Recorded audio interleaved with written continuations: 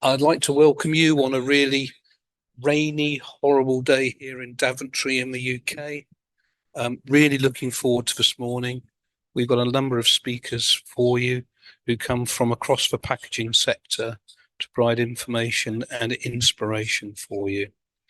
So if I could please ask you just to bear with me for a few minutes while we wait for everyone to join.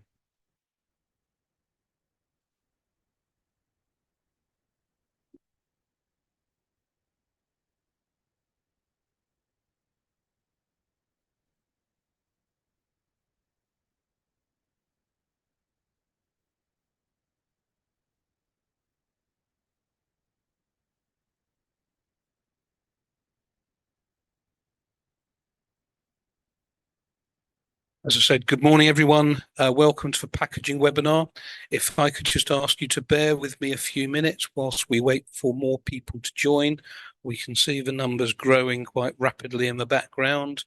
Tandy, you've just enabled yourself as a delegate. If you can turn your camera off, please. Thank you.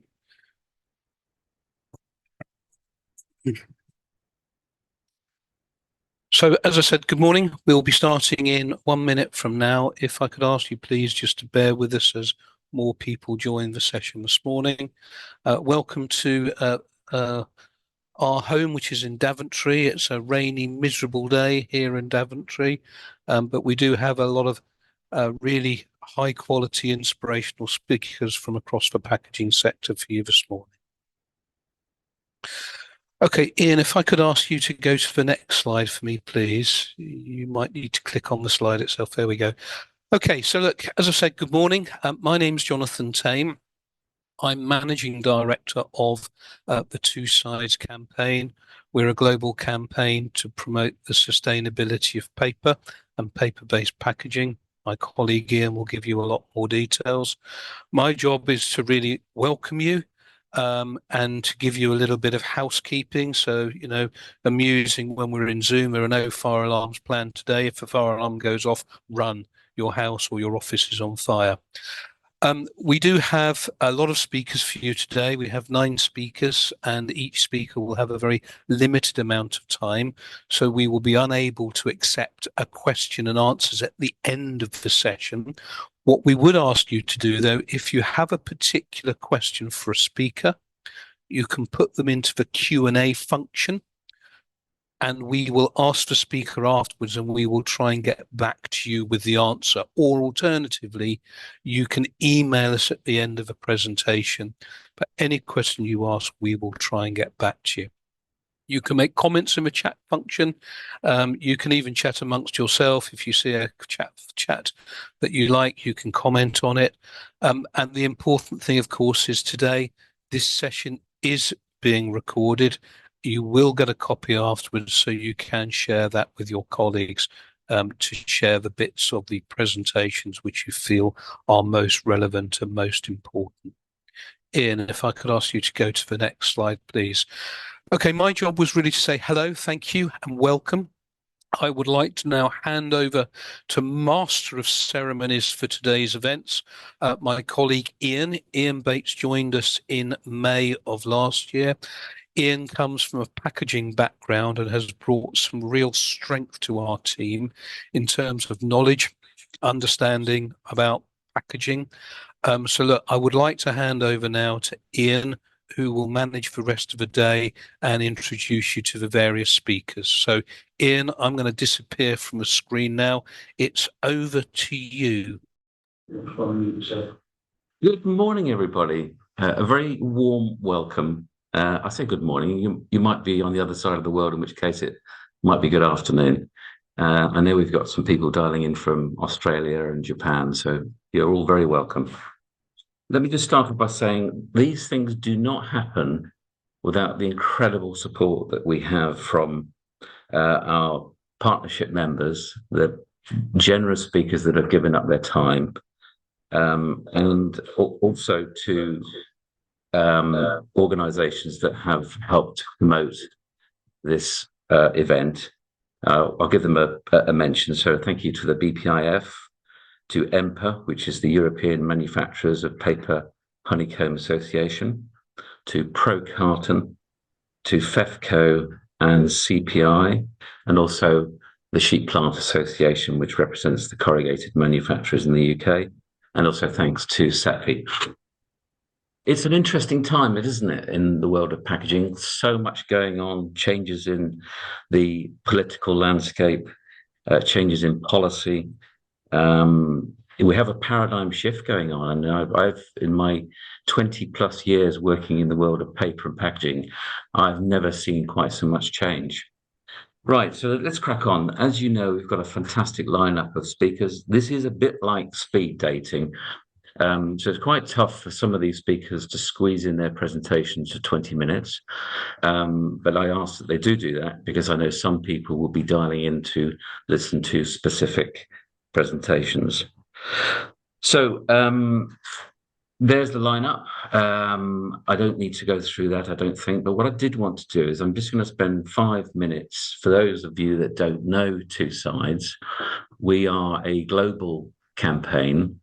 We are not for profit. It was founded 16 years ago now, in 2008, founded by Martin Eustace, and forgive me, Tim Bowler, and is now led by Jonathan, who you've now met.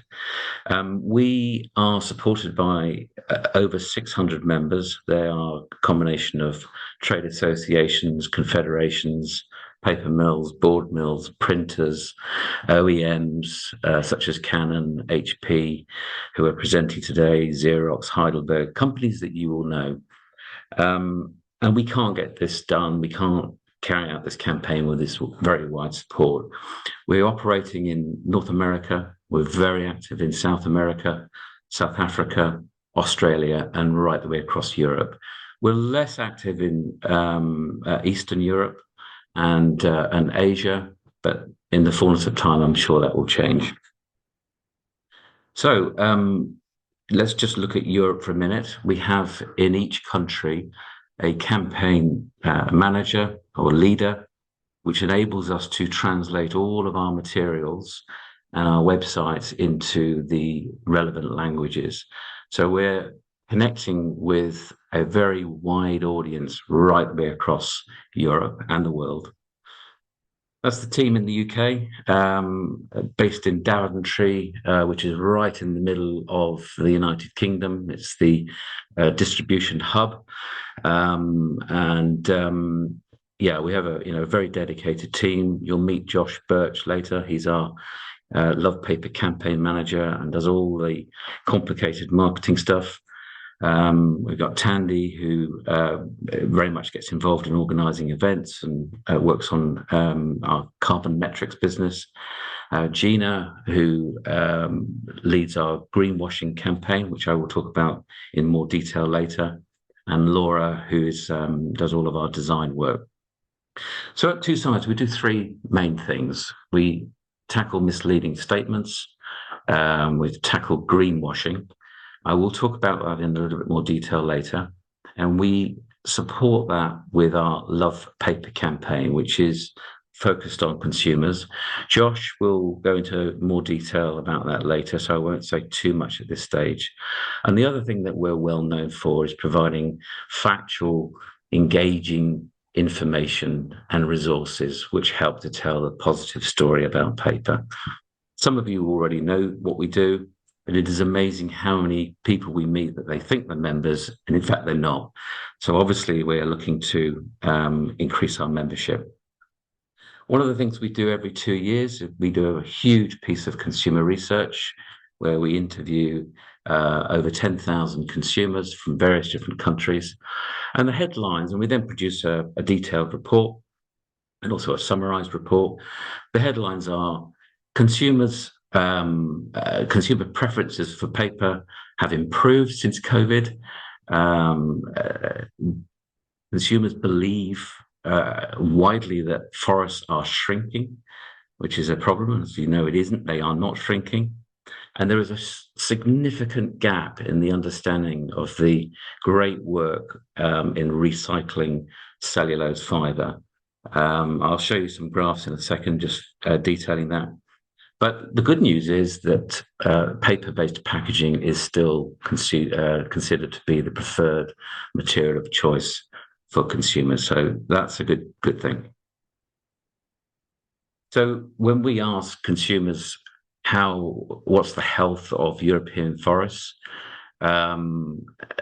since year 2000, only 15% of consumers believe that forests are growing.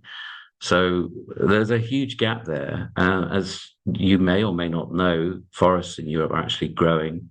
Every day they increase by an area to the equivalent of 1,500 football pitches. That's the size of Switzerland. And that's quite significant. And we need to get that message across to consumers, because that is not happening. And in terms of recycling, when we ask consumers how much fibre has been recycled, there is again a disconnect in understanding actually how much fibre is being collected. In Europe, that's 82% for paper-based packaging, less in the US, but still very high figures. And it is the most widely recycled material of all of the material streams. We ask also questions around consumers' preferences, and out of 15 questions, 10 of them favoured paper. There's a little summary there. I won't go into too much detail because I'm sure you can read that later in the report. There's a summary of the consumer research. If you want a copy of that report, there's a 4-page summary which is available to anybody. If you want the more detailed report, that is available to members, and you can download it from that link shown there. Right, so that now brings me on to our first speaker, Neil Osment, who I've known for a number of years. So Neil, you're very welcome. We wouldn't mind switching on your camera. By way of an introduction, we met when Neil and I worked at Acid Domain. Neil is the owner of a company called NOA, who are a marketing consultancy, a research company. Neil's had a long history working in the packaging industry for companies like LINPAC, DS Smith, SAICA, Smurfit-Kappa, and he's also very actively involved with the Sheep Plant Association in the UK, and it supports the marketing communications for the Confederation of Paper Industries, or CPI, in the UK. Neil, you are very welcome. I'm going to hand over the floor to you. Thank you, Ian. Thank you very much. Let me just turn on my... You're going to have to take yourself off mute, Neil. Let me just share my presentation, which hopefully has come up. How's that, Ian? Oh, look, can we see the first slide there? Very good. Good morning, everybody. As Ian said, and thank you very much for the introduction, I have been running my own business for since 2005, so nearly 20 years. And our business is mainly around analysing the European paper packaging market. So what I'm going to talk about for the next 19 minutes or so is details about the two main markets we look at, which is corrugated and folding cartons.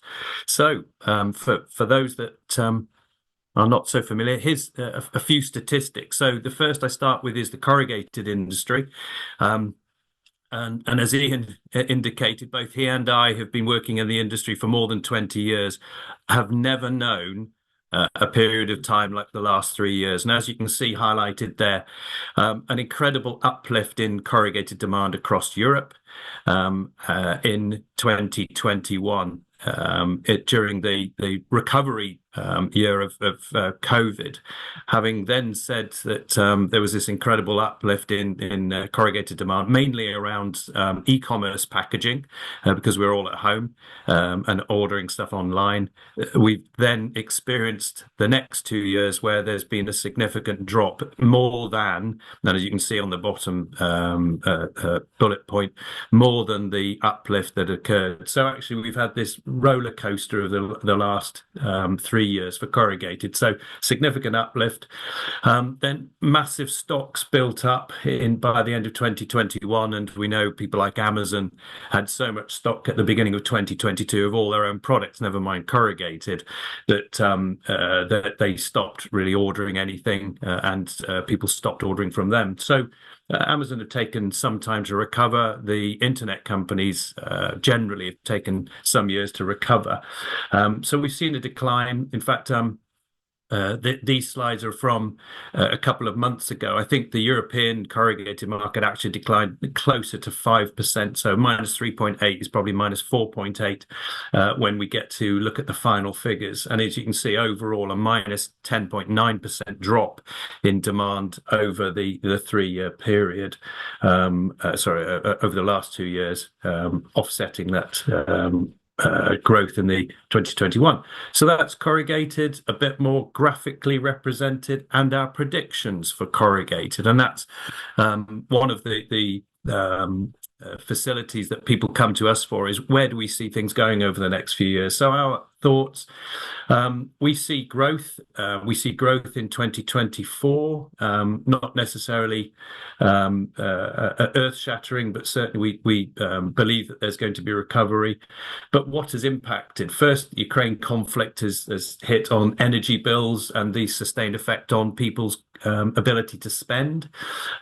We see rampant inflation easing, but not for a number of years. And anybody who's listened to news in the UK, that stubbornly inflation remains at 4%, and it's similar around other parts of Europe. We believe that the period of low interest rates is at an end. We also see very noticeably people buying fewer non-FMCG goods, buying very frugally, downshifting in their purchasing and putting less in their shopping baskets. And although we see an improved global trading conditions, we don't see the impact of that coming for some years. And that's corrugated. And just on corrugated, and we do similar comparisons with folding cartons. There was a time when corrugated used to follow very closely GDP, and I'm showing you two graphs there. The one that you've seen just a second ago on the left-hand side, on the right-hand side, corrugated in blue and GDP in orange. And you can see that at COVID, the two split away. We do believe that they will come in harmony again in the next couple of years, and that's for corrugated. That's a good indicator, and for us, an encouragement that we believe corrugated will continue to grow in the next 3 or 4 years. So that's corrugated. As I said, we also undertake studies on folding cartons, as some will know that we are retained by ECMA to undertake reports. And this is some details from a report that we did for ECMA and presented in Seville in September.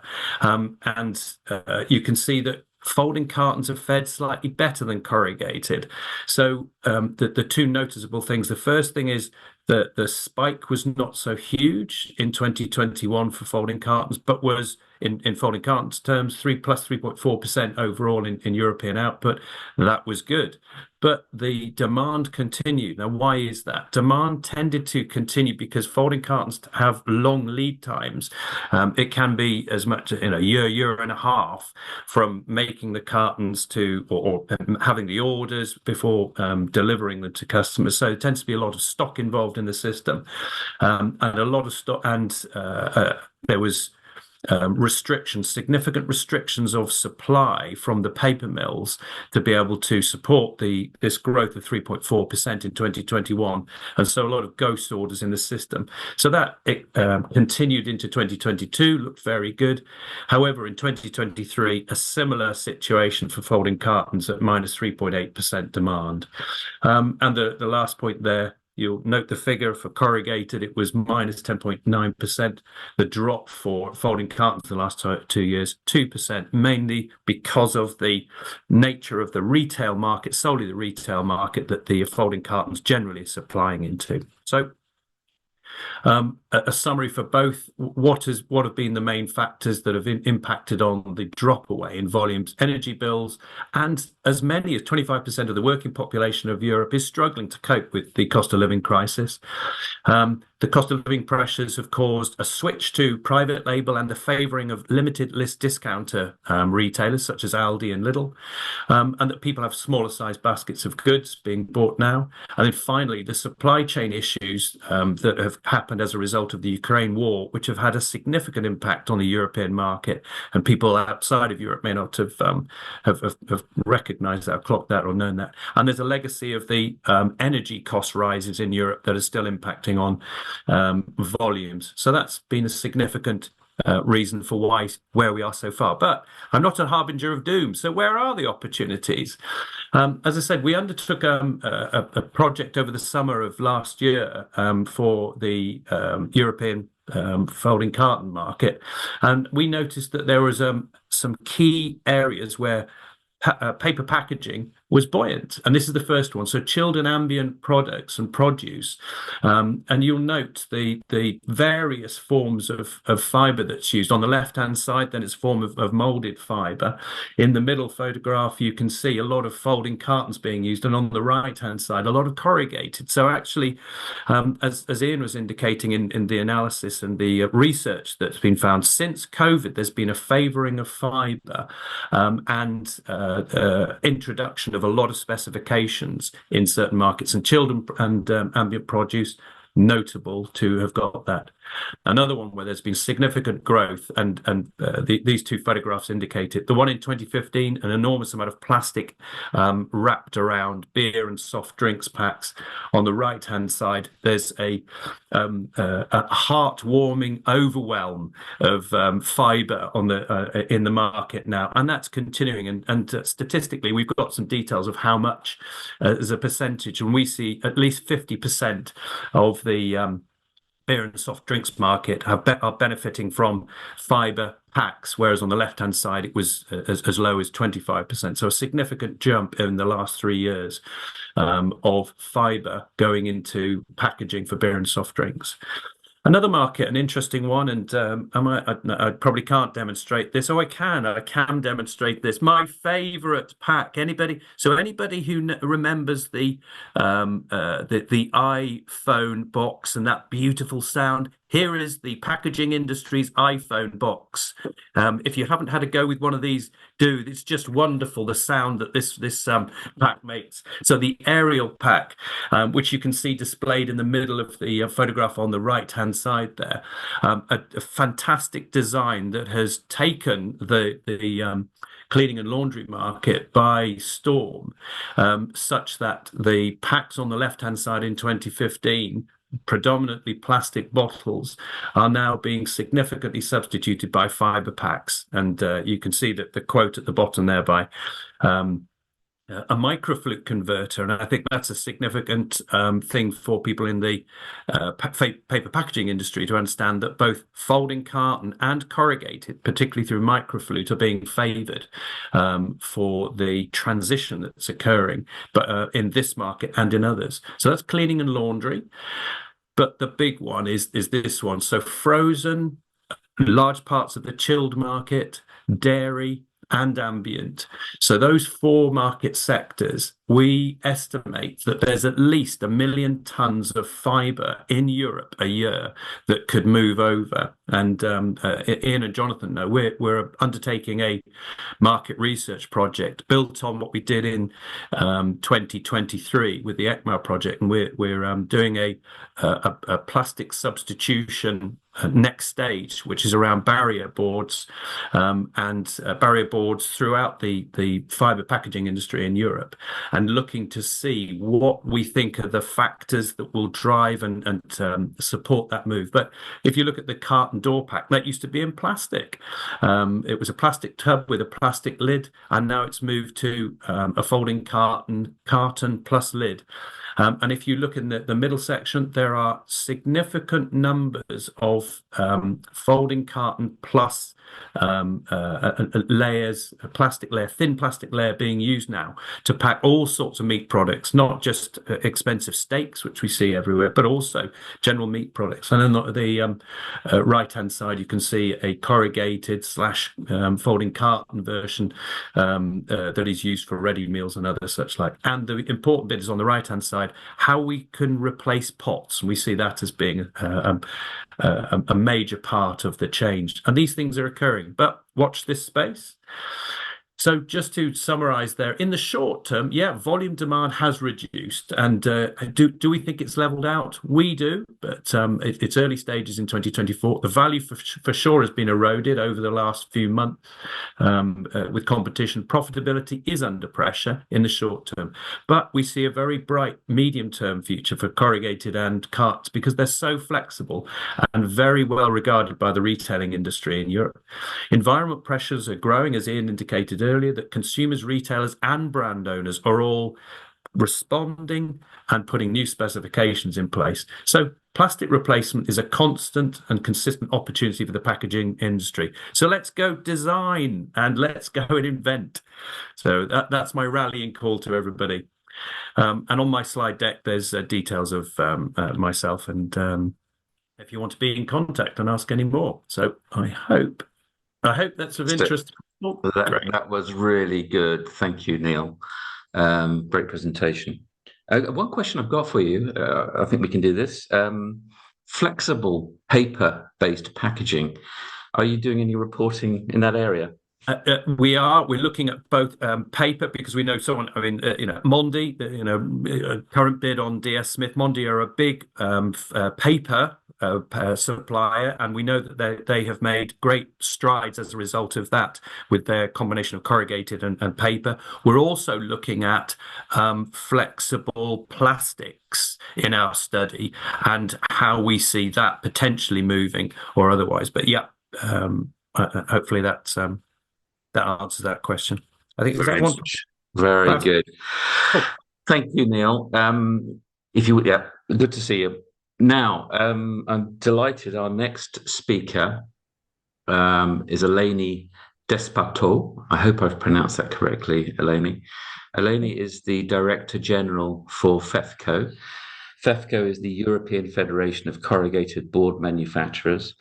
Eleni is very experienced working for trade associations and public affairs. She has a long experience, 25 years experience working in this area. She is also the Secretary General for SAICA, which is the International Confederation of Paper and Board Converters. So Eleni, you're very welcome. If you wouldn't mind sharing your screen, and I will stop sharing mine. Can you see it? Yes, I can. It's perfect. Perfect. Thank you very much. Good morning, everybody, and thank you very much for the kind invitation. I am asked to talk about the packaging and packaging waste regulation, which, by the way, is the most important regulation for packaging, and it will affect, of course, corrugated. And I will talk to you from the perspective, of course, of the corrugated cardboard. I will give you an overview, short one, about FEFCO, what we are doing, the objectives of the regulation and the legislative process. I will focus more on the relevant provisions and what will be at stake for the corrugated cardboard industry and the way forward. Before I start my presentation, I would like to raise your attention to the fact that this is under legislative process. Currently, there are trilogue negotiations between the co-legislators, notably the member states, the Council and the Parliament, with the support of the European Commission. And what I would present you today is mainly based on the European Commission proposal. So it's not the final text. The final one is expected to be there at the end of March. So what FEFCO does, in fact, we are the voice of the European corrugated industry in Europe and in the world. We are producing approximately 50 billion square meters corrugated cardboard per year, packing something like 75% of European goods, gathering 400 European companies. We have in our memberships around 700 plants and employ in direct employment 100,000 people. So I didn't say much about the virtues and benefits of using corrugated. I believe that they are known to everybody. And I come to the focus of my presentation, which is the packaging and packaging waste regulation. The European Commission made a proposal for reviewing the existing directive and transforming it in regulation, meaning that every member state has to apply this regulation at least as the minimum common denominator. The co-legislator, as I said, European Parliament and Council, and we expect to have the agreement by the end of March. So what is the intention of the legislator? Is to reduce the negative environmental impact of packaging and packaging waste while improving the functioning of the internal market. Of course, you may say a very noble objective. Let's go for it and see how this will impact our businesses. Everything, in fact, comes, it's a 20-year concept, which is the waste hierarchy. In this waste hierarchy, the easiest way to prevent waste is, of course, not to produce waste at all. And then immediately after, you have preparation for use, which is considered always better environmentally from recycling and composting. And the problem starts from there because one of the biggest challenges of PPWR is the mandatory reuse target for packaging.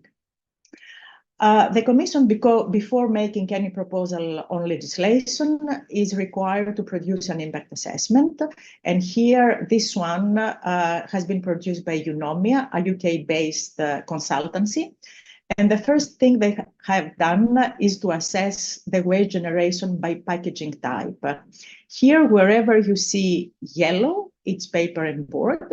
And notably, first in class, you can see is corrugated and other board boxes. So it means that in the assessment that the legislator has made, first in class to eliminate somehow is the waste from corrugated and other board boxes. Of course, this graph is quite biased because the recycling rates of all those materials Eleni, sorry. Yes? Eleni, sorry to interrupt you. If you go into full screen presenter mode, then people can see your entire slide. Is it? Yeah, it is. Oh, okay. You cannot see it? It's not appearing on my screen as a. I'm seeing presenter mode as well, Ian and Eleni. Yeah, so you just need to go. I will do click one, on the three dots. I will do once again. There I we will go. do once Right, again. try now. Hold on, Quite a slide. full screen. You go to Is it correct now? slideshow. If you go Is to it slide, correct? Click on the three dots. click on the three dots at the bottom. You see this? Yeah. What can we do to change it?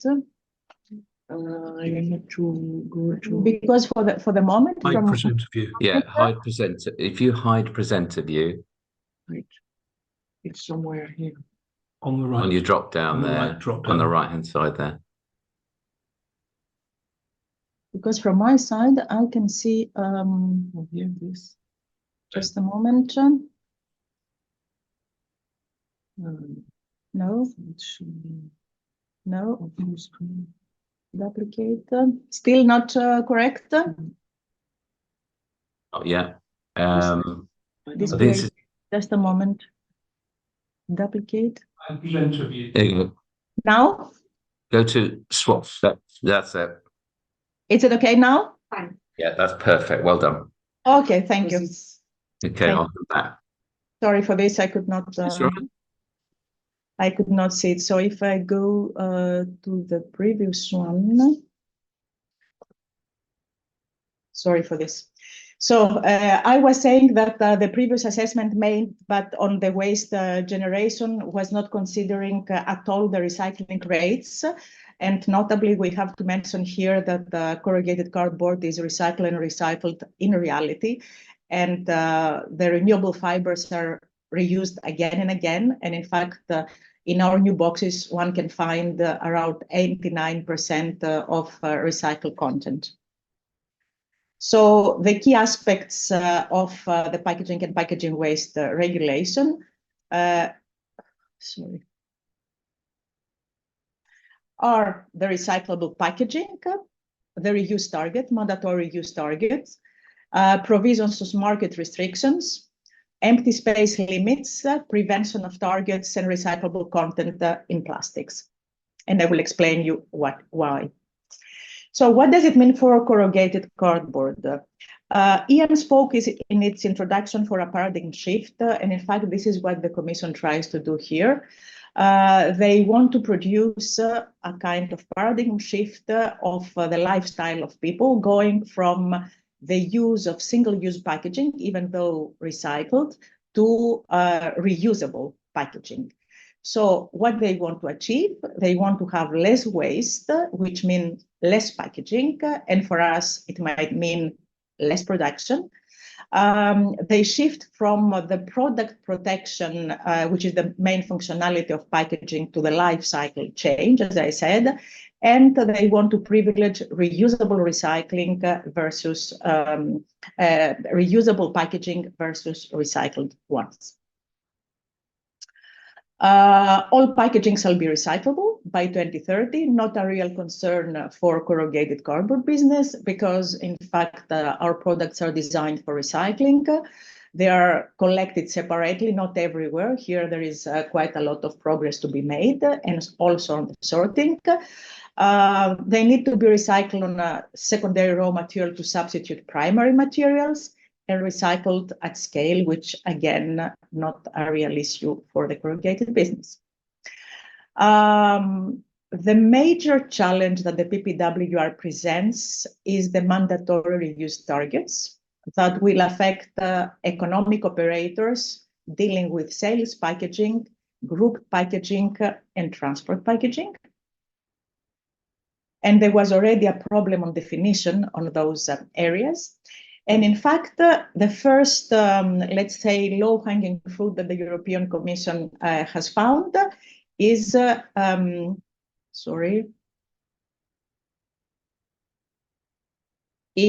large household appliances. Here we are, where they want to impose 100% target. So they want that all these appliances are packed in reusable packaging, and of which for pellets they propose 30% by 2030 and 90% by 2040 as reusable packaging. Here is in the transport packaging. This is the biggest area of our markets, and in which corrugated cardboard is exempted. In the grouped packaging, there is also a reuse target, and here again, the reuse target is not applied to cardboard packaging. So till now, quite good news for us, although this might change in the future. In the e-commerce, side, this was one of the market segment which was more targeted by the European Commission. And why? Because of the explosion of the markets during the COVID period. We have seen, everybody was in confine, so people were doing a lot of e-commerce orders. And here the Commission has proposed a 10% reuse packaging target by 2030 and 50% by 2040, although there are proposals by the European Parliament and Council to lower those targets. Another market restriction that they may come, and I refer back to what Neil presented about the potential new markets in small packaging formats. There is a proposal by the European Commission to ban all single-use plastic packaging till now, okay. Single-use composite packaging, and we know that in the food segment, composites are used, and also any other single-use packaging for fruits and vegetables. So this will certainly impact us. But for the moment, this is the proposal of the European Commission, which is counter-proposed for deletion by several member states and the Council.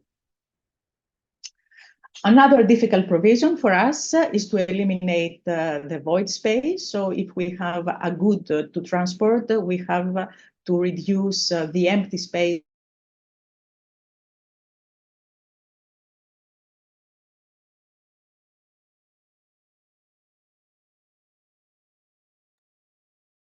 Eleni, I think you've frozen. Am I? No, I'm not. Yeah. I think that Eleni's video has frozen. Thank you, Eleni. That's absolutely fantastic. Thank you for a great presentation, really informative. Whilst you were presenting, we had a few technological issues this end. Our Wi-Fi went down. Anyway, we managed to get it going again. I think Eleni is host at the moment, isn't she? I think so. We just need to just change that. Just bear with us while we sort out. You can't beat technology, can you?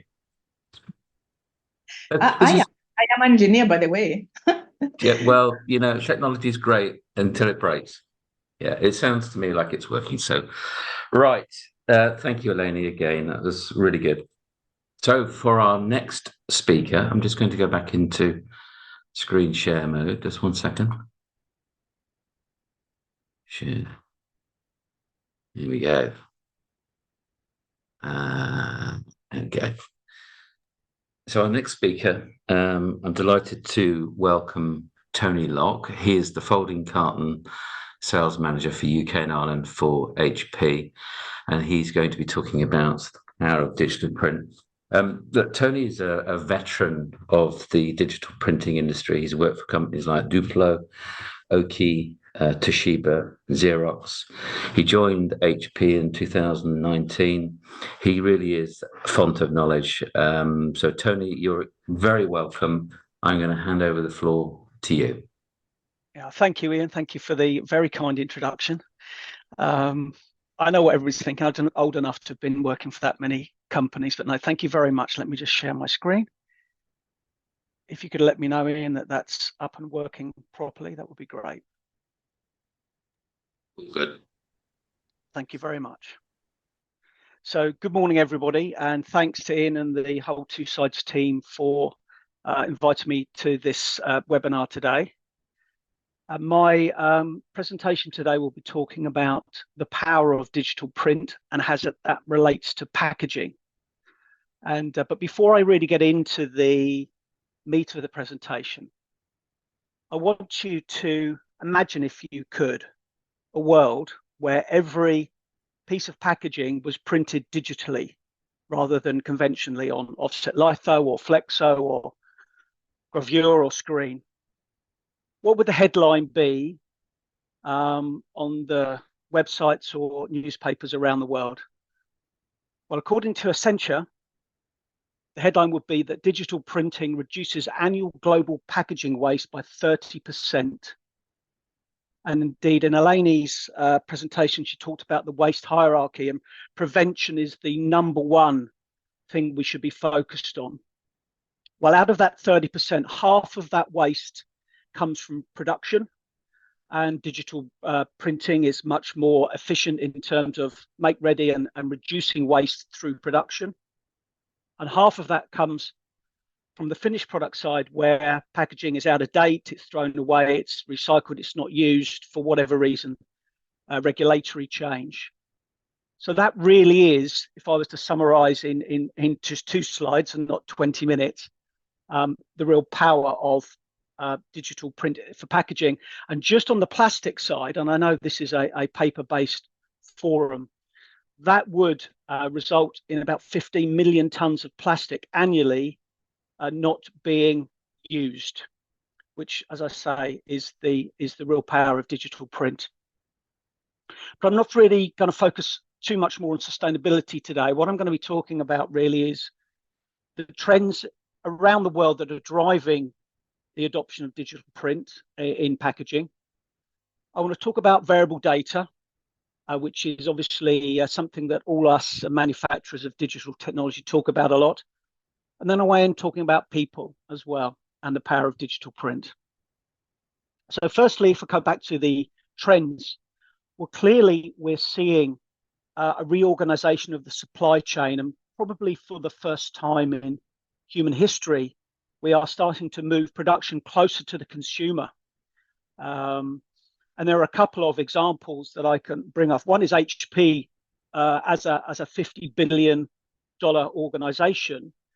We now, as company policy, will not have a single source supplier of anything we sell. So in the case of HP Indigo, we now have multiple factories around the world manufacturing our ink rather than one.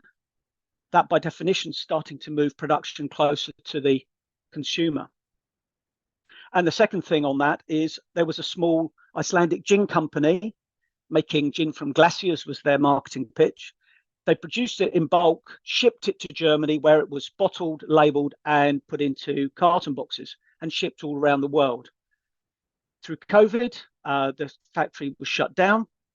And now they've taken the decision to actually ship in smaller batches to 5 more local production centres to bottle, label and box the gin.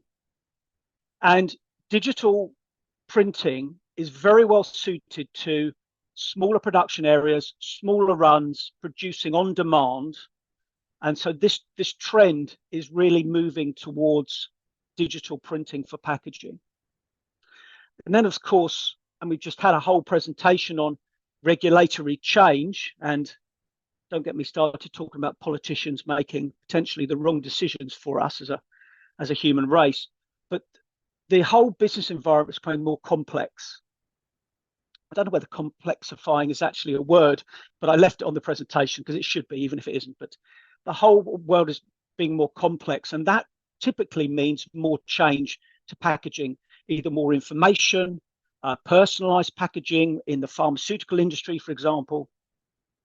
And so this whole area of complexity means, again, packaging is being changed more often. It lends itself to more waste unless you print digitally, unless you print on demand what you need when you need it. So again, the power of digital print can help companies and brands protect themselves from additional waste by printing what they want when they want. And of course, the last trend I want to talk about, there are many, of course, is e-commerce. And e-commerce is obviously changing our world. You've only got to drive up in the UK, the M1 or A1, to see the amount of warehouses being built, still being built for companies like Amazon and many others.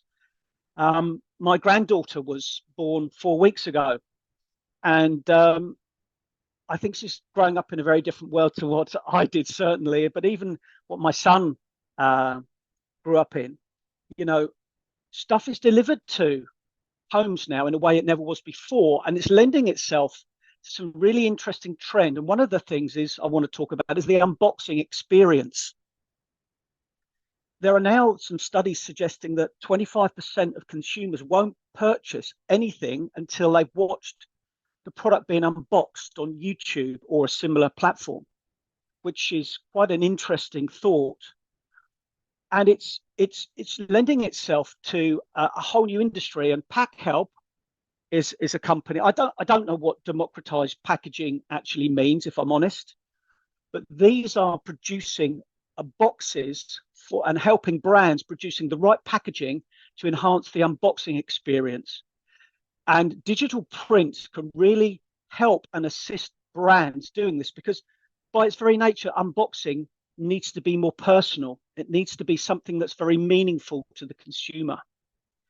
And the power of digital print is it really can help and support that unboxing experience, which is becoming more and more important for brands and consumers alike. So what do all these trends mean, really? Well, what it means is that according to, and I don't think I've got the information, I think it's Pyra and Smithers this chart came from, the digital print output will grow hugely over the next decade, and in packaging in particular will experience the highest growth rate of any of the sectors detailed here. So digital printed packaging will actually become much larger than digitally printed books. And bear in mind, everything you buy from Amazon is printed digitally today on books, and even bigger than digitally produced labels, and will be around a 32.5 billion industry, just the printing packaging digitally by the end of the decade. So the world is moving and starting to understand how the power of digital print can really help brands do better in terms of waste and in terms of actually engaging their consumers. And some of the factors that are driving that growth outside of the major trends, well, clearly personalization is something that is growing very fast. And we've talked about it a lot in the industry, but I'm not just talking about, you know, Tony Lock on a chocolate bar here. I'm talking about actually personalized packaging that you purchase, not just, as I say, confectionery, but stuff that is actually tailored to you. And in the pharmaceutical industry, for example, they're starting to look at actually personalized drugs being shipped from the factory that's tailored very specifically to you as an individual. That clearly will need to have personalized packaging when that product is shipped to the consumer. Agility and time to market. Well, we've seen through COVID the problems with a global supply chain waiting 3, 6, or 9 months for your packaging to arrive from around the world. And again, that the supply chain is starting to evolve and adapt to the point where digital packaging can actually support a more agile and faster time to market. Obviously, I've talked about the rise of e-commerce, but the rise of small brands, they're growing faster than the larger brands. And the larger brands are actually trying to mimic and act more like the smaller brands in being faster to market, agile, more products, more SKUs, etc. Clearly, the sustainability aspect is key, and we all know that digital printing can reduce waste, which is probably the most important thing we can do. And of course, we're in uncertain times. You know, a container vessel gets stuck in the Suez Canal and the global supply chain grinds to a halt. And I think it's important that from a manufacturing perspective, the producers of goods actually have the ability to adapt quickly and efficiently to the changes around us. So really, and many commentators, this isn't just Tony Lock saying this, and recognize digital is the solution going forward for packaging in the world of today. I think we are seeing a proliferation of products and SKUs. We're seeing potentially one-off production, so a product is produced for one person. Clearly, variable data is key. I will talk a little bit more about that.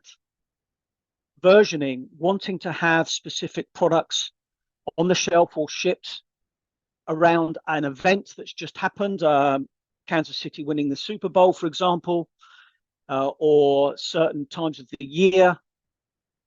We want a data-driven world.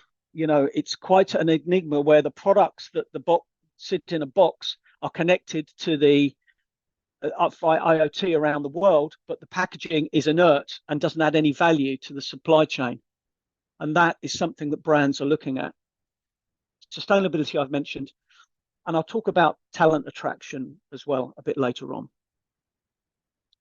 But I want to talk now about variable data, because yes, if we look at Heineken for a promotion for Christmas decided they were going to produce 1 billion unique bottles of Heineken, and they numbered them as well. And of course, digital technology can enable that as and it really is the only tool that can enable that type of promotion. On the bottom left there is a QR code, a unique QR code that can be only seen under UV light. This is particularly important for brand protection, serialization, and just generally aligning important products like drugs for an individual that you can track and trace and know what's in the pack where it's shipped from. We've got promotional activities, Milka Leo wafers that produce on a very regular basis throughout Europe, unique packaging. In this case, it was around colouring in the packaging, the inside of the packaging, uploading a picture, and winning prizes. And then, of course, having your name on a Coke bottle, or indeed having shelf standout for cookie manufacturers. Digital printing, the power of digital print is that it can enable all of this thing very, very easily, and actually at no additional cost for most of this stuff, and adds a lot of value to brands and helps them sell more effectively and engage with their consumers in a better way. And HP Indigo have really led the way in creative tools to help brands engage with consumers, whether it's 1 billion unique bottles of Heineken with Mosaic, which is a software program that enables taking a seed file and creating 1 billion different bottles, as I said, but connected to AI. Some of the stuff that's going on at the moment with brands is really quite exciting. Or whether it's collage, where you take, in the case of a festive season campaign, and you take a robin, a snowman, and Santa Claus, and you can move these elements around the design, creating unique, playful, and beautiful designs. That's HP Collage. Or we have a software program called Frames, which takes frames from an advert or a film or video, and again can embed those randomly within designs to create unique packagings aligned with the latest film that's being launched, for example. Or indeed, huge amount of security features, helping brands with their brand protection, helping pharmaceutical companies make sure that the packaging is correct for the individual that is receiving their personalized drugs. So there's a huge amount of tools around the power of digital printing which can help these areas. And I want to talk about a company that I had the privilege of visiting called Colordruck. They're in the Black Forest out in Germany. They are a traditional packaging company. They produce about 500 million boxes annually, conventionally, on their Heidelberg presses. They use a lot of robotics. They're a very forward-looking company. And they have created a new digital division to start looking at the power of digital print for their customers. They have helped their customers from an e-commerce perspective. They've helped their customers actually create and target new audiences. They have helped customers produce promotional packaging and help their brands really start to use the power of digital print. It's their fastest growing segment of their business. They're a very forward-thinking company.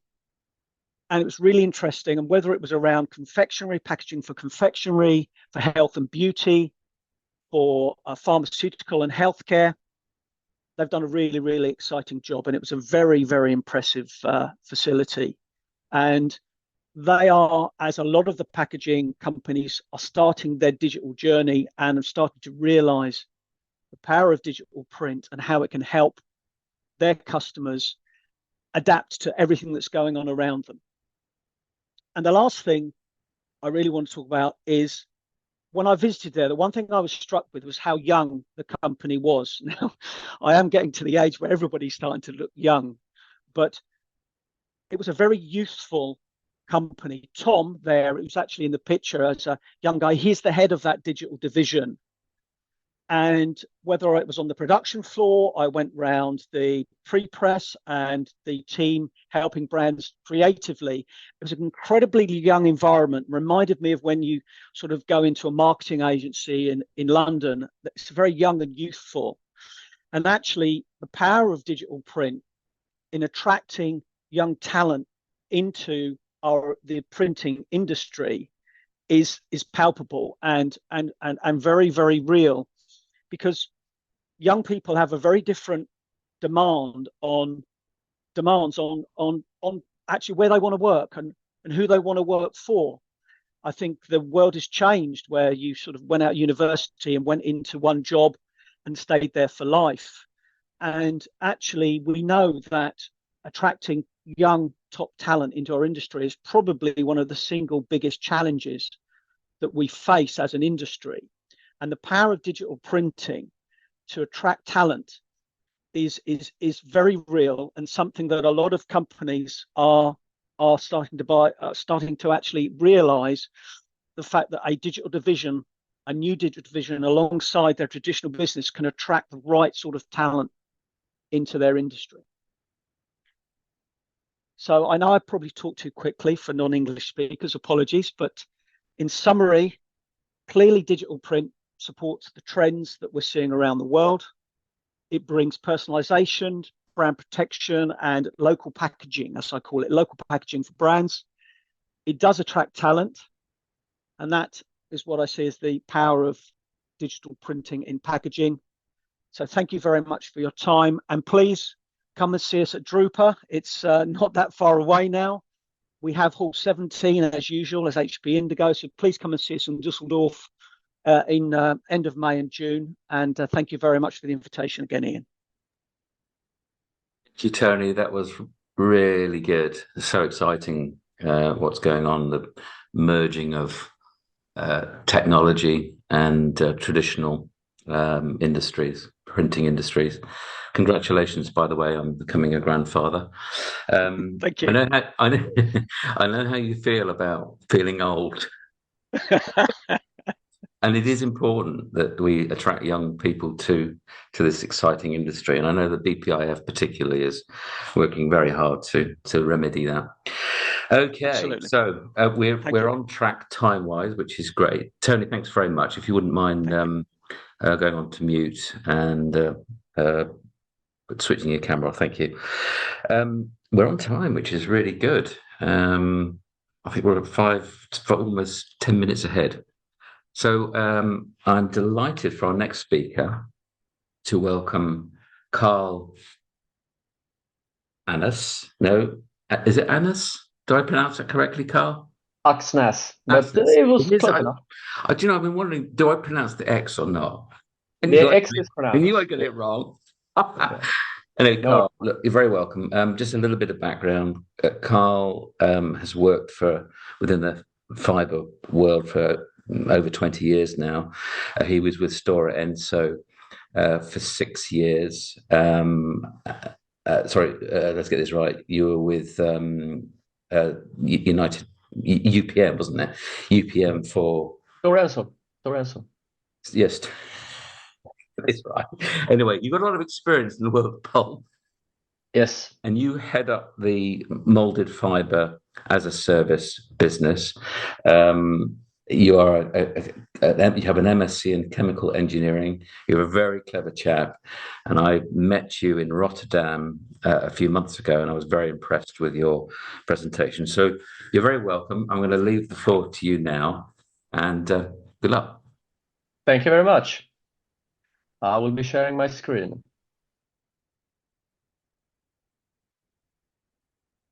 I hope you see my screen now. Yes, we see it. Thank you very much. So basically, what we believe at Stora Enso is that everything that is made from a fossil-based materials today can be made from a tree tomorrow. And this is a guiding light for us, and I will tell you why. But first, super quick history lesson. Do you know how old Stora Enso is? And this is the hint. It's the actual first stock of Stora Enso. So the first shareholder of the company. And as you can see, it's a very old document. Normally, I allow people to guess, but I will give you the answer immediately. It's actually dating from June 16, 1288.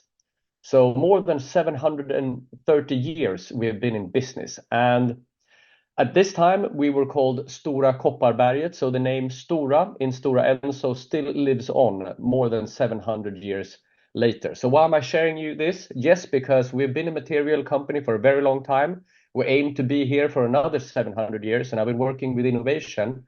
And I always think it's fascinating, what will we be doing in 700 years from now? But obviously some materials will be used, and hopefully not so many fossil carbon atoms, and instead renewable materials. And this is what we're doing. So trying to keep the company alive for another 700 years or so.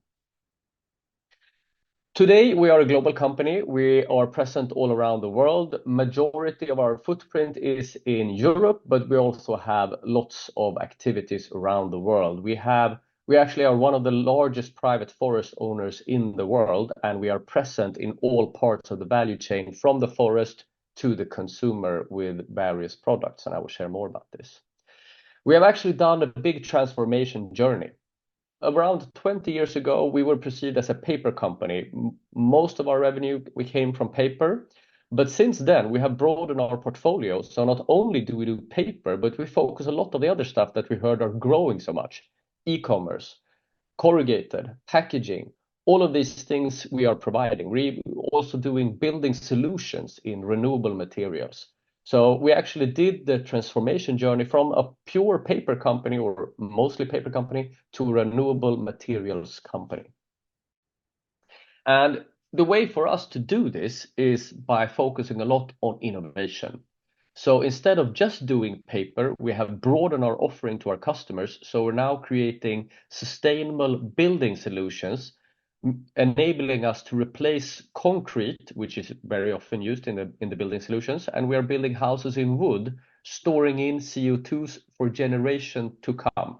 And of course, concrete is very CO2 emitting. So here we have actually allowing the buildings to become a carbon sink instead of a huge source of emissions of CO2. The other part is in the middle here is the sustainable packaging innovations. So of course, molded fiber, which I will dive into a little bit sooner, and also wood foams, where we are creating these cellulose-based foams. We actually have two different kinds. One is more of a 100% cellulose-based, and the other one is a mixed material with some additives. But basically two different kinds of wood foams that we can replace the polystyrene foam, basically. So expanded polystyrene can be replaced with a cellulose-based foam instead, for protective packaging or insulating properties. We also have developed the monomers for the PEF, for the plastic bottles industry. And these monomers come actually from a side stream of our existing pulp and paper production. So I think this is actually something that we will see more and more of, that our pulp factories, where we're producing cellulose-based pulp, actually become more and more biorefineries, where we are taking out all of the components from trees, refining them, and actually producing really high-performing materials. Which leads us to the third part, lignin-based innovation. So lignin is one of the big components in a tree. You have, of course, the cellulose, the hemicellulose, and then you have the lignin. Lignin is sort of the glue keeping the cellulose fibers together. And in the past, it's used mainly for energy recovery and been a part of the circulating process of the pulp industry. But now we can actually extract the lignin and we can create products of it. So one part is carbon for energy storage. For instance, batteries. We are making the cathode material for batteries using lignin. We can also use it for adhesives and biobinders, replacing fossil-based glues. And also we can even replace it in asphalt. So all of these innovation are enabling us to sell more out of all the trees that are out there. And the Stora Enso purpose is, of course, do good for people and the planet. Easy to follow, but also we have replaced non-renewable materials with renewable products.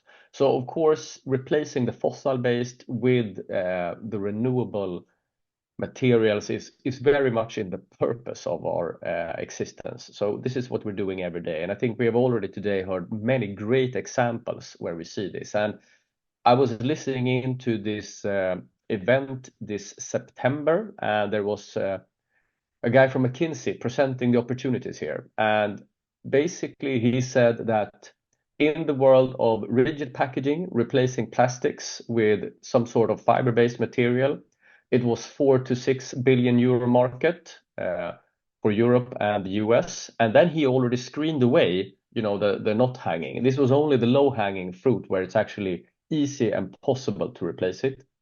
And for the flexibles, the area was 3 to 5 billion euros. So regardless which part of the fiber-based universe you're in, there is market for everybody who are in the business of replacing plastics, basically.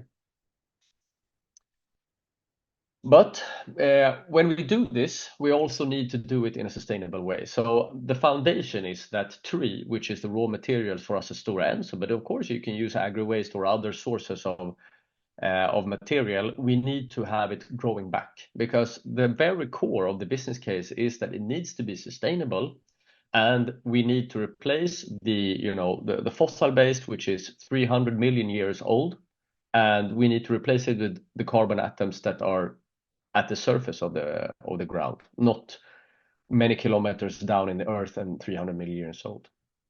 And of course, recycling. We are good at recycling in the fiber-based industry, but it's not enough. We need to do all of these other things. We need to get to improve, we need to reduce, we need to repair. If it's reusable, fine, we can explore that as well. So we can't just lean back because we're good at recycling today. And when it comes to renewable materials, we also need to get better at communicating that it actually leads to reducing the global warming. Because at the end of the day, there are many in the fossil lobby that try to put focus on this or the other thing. But at the end of the day, if you take up 300 million year old carbon atoms, sooner it ends up as CO2 or microplastics. One way or another, it ends up where it shouldn't be, because it's 300 million years old. It's a 300 million year old debt that we're bringing up to the surface. If we're just keeping on using the carbon atoms at the surface, then things will actually work out. So also plastic is littering. So here's also a very good way, because the same microbiome that is taking care of the leaves when they fall in autumn on the ground, making it to soil again, the same microbiology will take care of the cellulose-based materials if, God forbid, it's being littered. So I think we have all of these things supporting us in our path going forward. And of course, if we want to be sustainable, we need to, walk the talk ourselves. And at Stora Enso, we had really raised the bar. We used to have an ambition of reducing our own CO2 emissions by 30% by 2030. And actually, we achieved that like 1 or 2 years ago, 9 years ahead of time. So we raised the bar.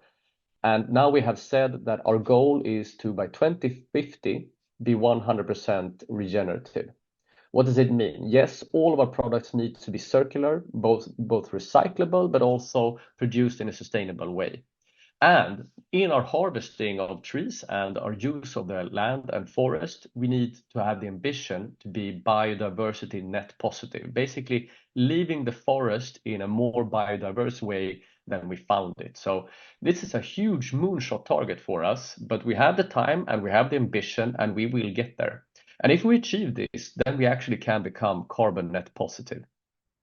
So it's not an easy task, but we actually need to get better at managing our forest. Even though we are pretty good today, we still need to raise the bar and become even better and getting the most out of every tree.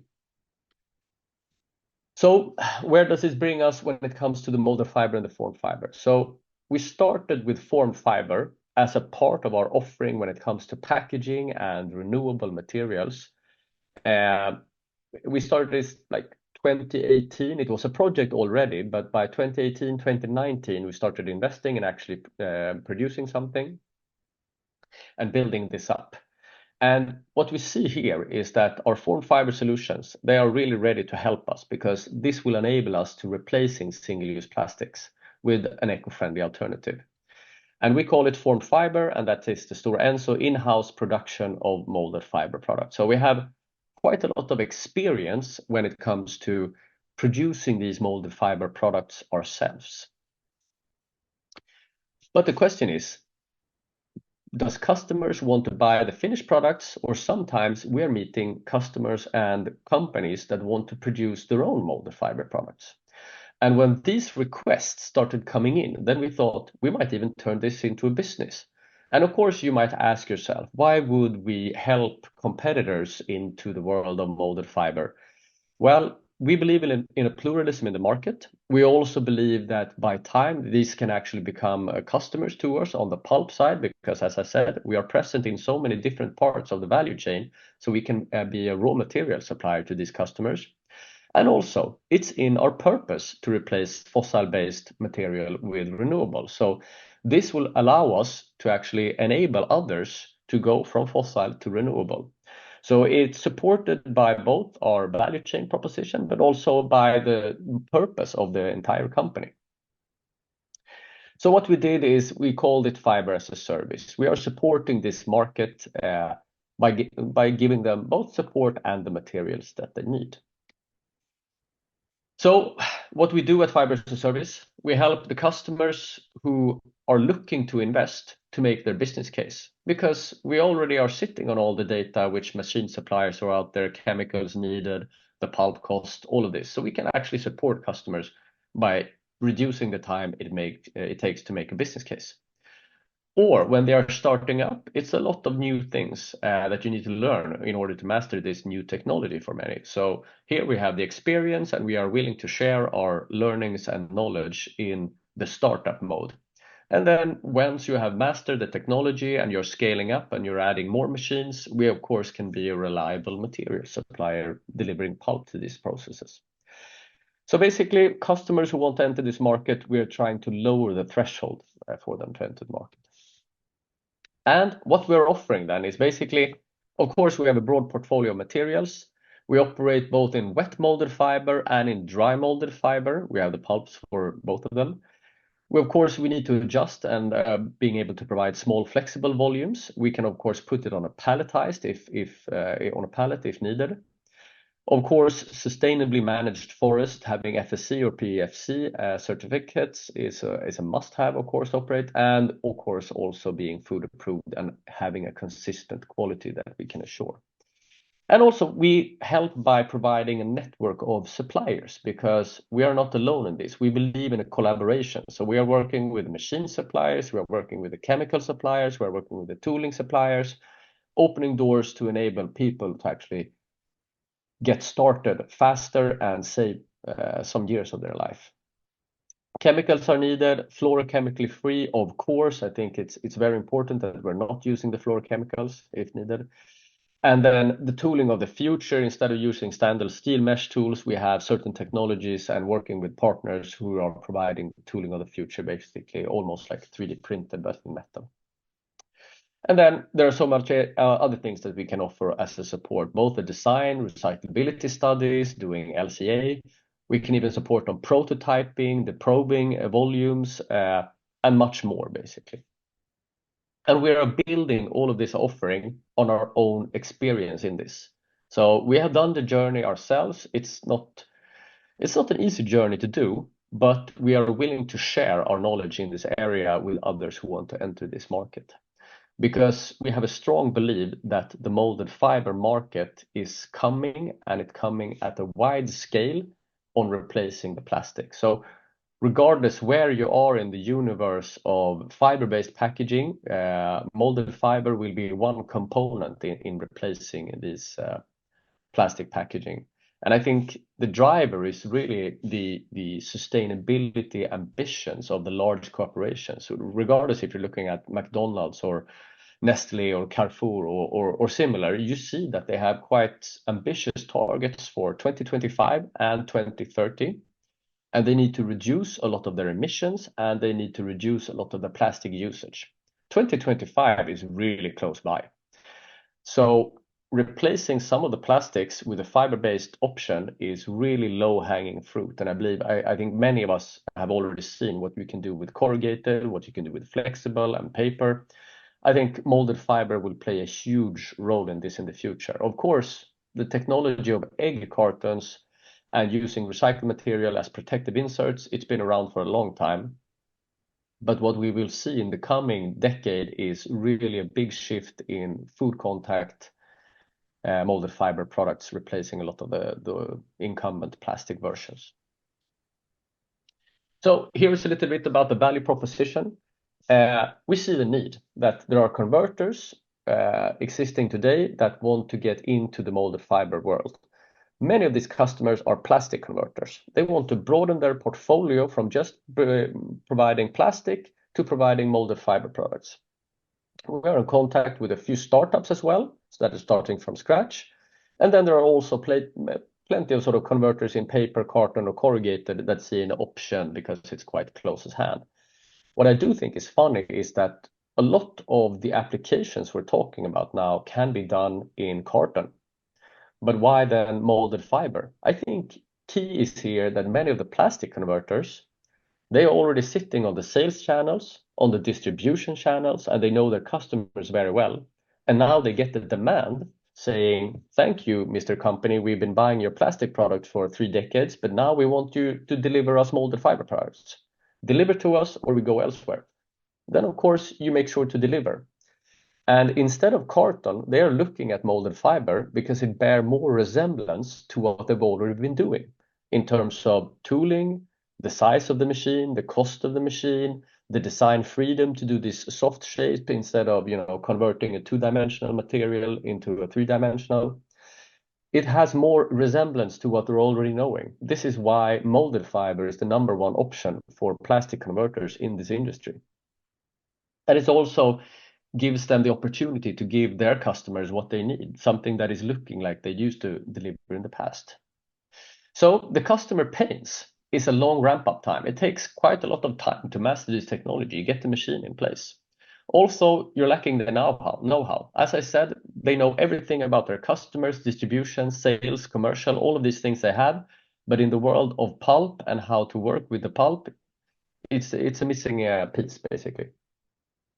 And the information sources on this is quite scattered because the world of molded fiber is growing so rapidly, and it's growing from, for many, many decades, it was all about egg carton. And now all of a sudden it is supposed to cover a lot of different other needs. And therefore the information is not gathered in just one place. And of course, it's hard to source small volumes. Many of the pulp customers we are having are buying, 10 or 20,000 tons per year. So if you only want half a truck of pulp, it's actually hard to get the attention of suppliers. So the fiber as a service solution is here, regardless if you're in the mode of making your business case, if you need education, if you're in the startup phase, or if you're in large scale production, we can support. We can support by being a material supplier of pulp, and also our network of chemical suppliers and tooling suppliers. Or if you want services, we can support with the education, know-how, recipes, recommendations, etc. And the impact we do is that on the sustainability side, we know that we can reduce CO2 emissions by at least 60%. I'll come back to this, but it's by at least 60%. And I think this is where the attractiveness lies, that if you're moving from fossil-based plastics into a renewable material, you can actually reduce a lot. And the fun part, it's already compatible with the existing infrastructure of recycling. So it actually fits really nice with the existing infrastructure of recycling. And if you need to do this journey by trial and error yourself, we know that it takes customers up to a year longer time to start mastering this technology and get it right and produce at full quality. And if we are there supporting with training and knowledge and sharing our recipes and best practices, because we have done this journey ourselves, we can save other companies up to a year in the ramp up.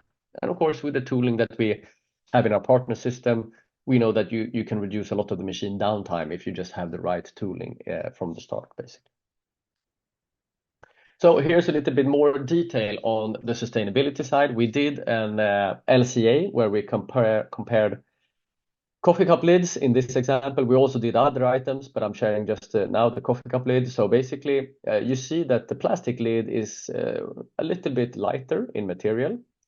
The bagasse is a little bit heavier than the pulp because it requires a little bit more material to achieve the same strength with bagasse. Bagasse has a little bit different distribution of size and fiber length, so not as many fibers are as long, and therefore you need a little bit more to achieve the same strength.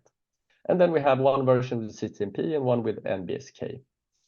And of course, as you can see here, the country in which you're producing makes a huge important here, because the lid production, the big yellow part for the bagasse lid, is because it's being produced in China, which is a very CO2 emitting heavy, like overhead emission. So if you're using the energy of the grid, you will of course be affected by the energy mix in that specific country. The CTMP and the NBSK were produced in Sweden, which is a low CO2 emitting country. So bear in mind, it's not only the material for material, it's also the production methodology.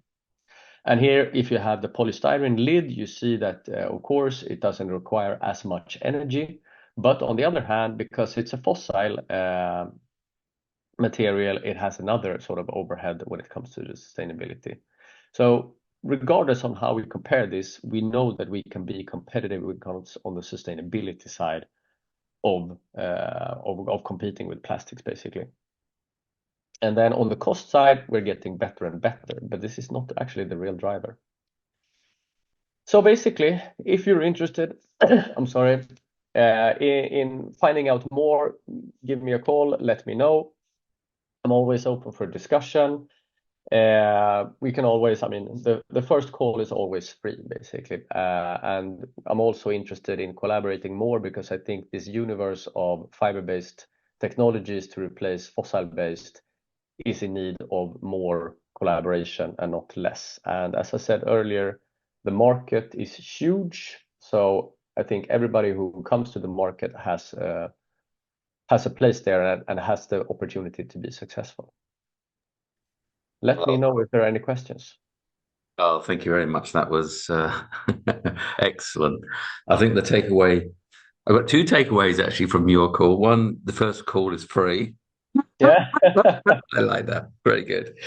I've not heard that phrase before, the 300 million year old death describing oil or plastic. I mean, as you know, as an organization, we don't bash plastic. That's just not part of our strategy, if you like. We focus on the positive things and let the market decide, let brands, retailers, etc., decide what's the right thing to do. Thank you very much for that. That was a fantastic presentation. I really enjoyed and full of great content. If you wouldn't mind muting and closing off your video, that would be great. So, how are we doing for time? Do you know what? We're almost bang on, which is it's good, very good. So my next guest, or our next guest, is a gentleman I also met in. Oh, when did I meet you? Well, physically met you in Rotterdam. I'm not on mute, am I? No. So I'd like to welcome Jesse Rep, who is head of sustainability for Solidus, based in Holland. A little bit of background about Jesse. Jesse was with United Paper Mills for 11 years and joined Stora Enso in Feb 23. I think that's correct. He's a keen tennis player, he told me this morning, which is why he looks so fit. He's educated in Holland, and he has a degree in BBA, business and language, to the Amsterdam University of Applied Science. He's a clever chap, as you're about to discover. He presented in Rotterdam. I was very impressed, and you are very welcome, Jesse. The floor is yours. Thank you, Ian. Thank you, Two Sides, and great to be here. We'll share my screen, and hopefully everything will work from there. Let's see. There we go. Great. And yeah, welcome to a short introduction, first of all, to Solidus. We're your circular packaging partner, and to explain you a bit more about what Solidus does. Probably most of you haven't heard of us, but we've been around for 150 years, and we've been giving fibers a new life. Just to show you a bit of the footprint of our company. So we have board production mills that produce solid board. We have them predominantly in the northern part of the Netherlands, as well as one in Navarra, Spain. But we're also forward integrated, right? So we have product converting. We convert our board into almost ready-made packaging. And we, in addition to that, produce as well coarse tubes so industrial coarse tubes, as well as partitions for dividers in boxes for glass and other needs there. But the majority of our fiber is recovered fiber. And here you see it. We are having around 90% of our raw material in the form that you see on the picture. It's coming from the local communities and the RCP partners adjacent to us. And that's the raw material that we use for ultimately our board production process. And then we have around 10% of virgin fibers. And these are the kind of fibers that we buy in for the specific properties that we want, barrier, printability, tactile experience. But this is our setup. And we are very proud of that. We've been doing this for over 150 years, but we've never made too much noise about it. And that could be due to the cultural difference in the northern part of the Netherlands. But it's something to be really, really proud of. And especially nowadays, it's in high demand. So we see circularity, giving these fibers a new life in the form of our packaging, really resonating with a lot of brands, retailers. Carl mentioned it. There's a clear demand for circular solutions, and Solidus is there to provide them to the market. Then when you look a bit further into our production process, this is how it goes into the pulper, right? And we have around 400,000 tons a year, but it contains not only board, you can see some plastics, you can see some staples, some metals. And it's very important, of course, that we as consumers segregate fiber, board, packaging, making sure that there's no contamination in these streams and get them as clean as possible to be able to give them a new life. And ultimately produce, in our case, the board that we bring to market and provide the solutions that many customers are looking for in the form of our packaging materials. And our packaging is used in a wide range of different business industries, thinking about, the farmer who's packaging his produce from the field all the way to the retailer, thinking about the farm to fork, but also going further than that, thinking about industrial applications of transport, as well as food packaging that requires the right packaging for, circularity, sustainability needs, but also providing nutritional value at the right time, at the right place, and even conserving food where possible. So that's what Solidus does. We produce packaging from board. In the introduction already, it was mentioned, we see great opportunities, and we have grown our market in a lot of the punnet applications. So stepping away from fossil-based punnets, PET, PP, to renewable fiber-based packaging in the form that you see here for soft fruits, berries as such. And that's an interesting market for us, where we're very, very keen on discussing with brands and retailers who are, for good reasons, being it regulatory reasons, being it, targets to moving away from plastics, looking to alternative packaging solutions like you see here. But we're going further than that, and we're also now on supermarket shelves with our MAP, so modified atmosphere packaging materials. It's part of our future line, replacing again fossil-based materials. We're not bashing plastic, we're just saying that it can be done better. And here you see a solution where we've replaced 80% of the plastic with a renewable fiber-based material. We still need plastic in the kind of liner and barrier, but it is a good alternative in this case for a ready meal that is coming from renewable forest, right? They have their origin in forest fibers, and they are PFC and FSC certified. And we have done LCAs that indicate it's also significantly lower carbon footprint versus PET and PP food trays in that case. And fully recyclable at scale at end of life, PTS, CTP testing. So we have certifications for that to allow the recycling to happen at scale at end of life. Very exciting times, great opportunities. And here's just a picture from the Dutch supermarket using our material for a honey mustard chicken ready meal. Then going back to the origin, and it was mentioned before, fibers sustainably managed are very important and are an alternative to many of the non-renewable materials out there. Fibers start in the forest, and it's important that these forests are sustainably managed, that It is FSC and/or PEFC certified, both having the same ambition, promoting sustainable forestry, different standards, but that's where the kind of fiber originally comes from and enters the chain. So wanting to explain a bit more about this double circularity that we're part of, and good for you to be aware of, because it is something that is a great strength of the forest fiber packaging industry in general, that we don't really sometimes talk too much about, promote, but is key to the value proposition of our products. And if you look at it from number 1 to 6, renewable forestry, it's a key component. It's the starting point. So when you think about harvesting a forest, there's always replanting 3 to 5 seedlings, and these forests throughout their life cycle, they absorb CO2. Number two, mitigating climate change, but also provide additional forest ecosystem services, right? So they reduce water runoff, improve nutrient cycles, have aesthetic recreational value, but also provide food in the form of mushrooms, berries, and game, etc.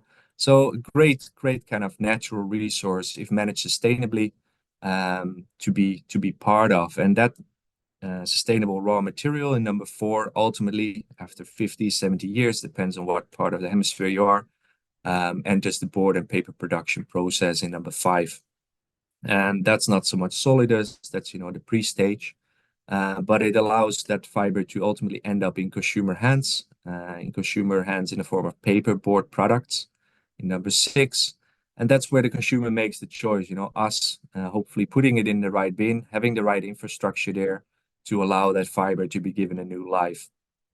And that's where we come around the corner. And we have our board and pulp mills, where we get the fibers into our processes and ultimately allow this production of solid board and the forward integration of the converting and printing, and having it on customer hands on the shelves of brands and retailers, and ultimately given a new life if the consumer puts it in the right bin again, removes all the additional non-wanted fibers or non-fiber, so to say, non-wanted materials, and allow that circularity to take place. And the Darmstadt University did a study, and this recycling fiber circularity can happen 25 times or more technically.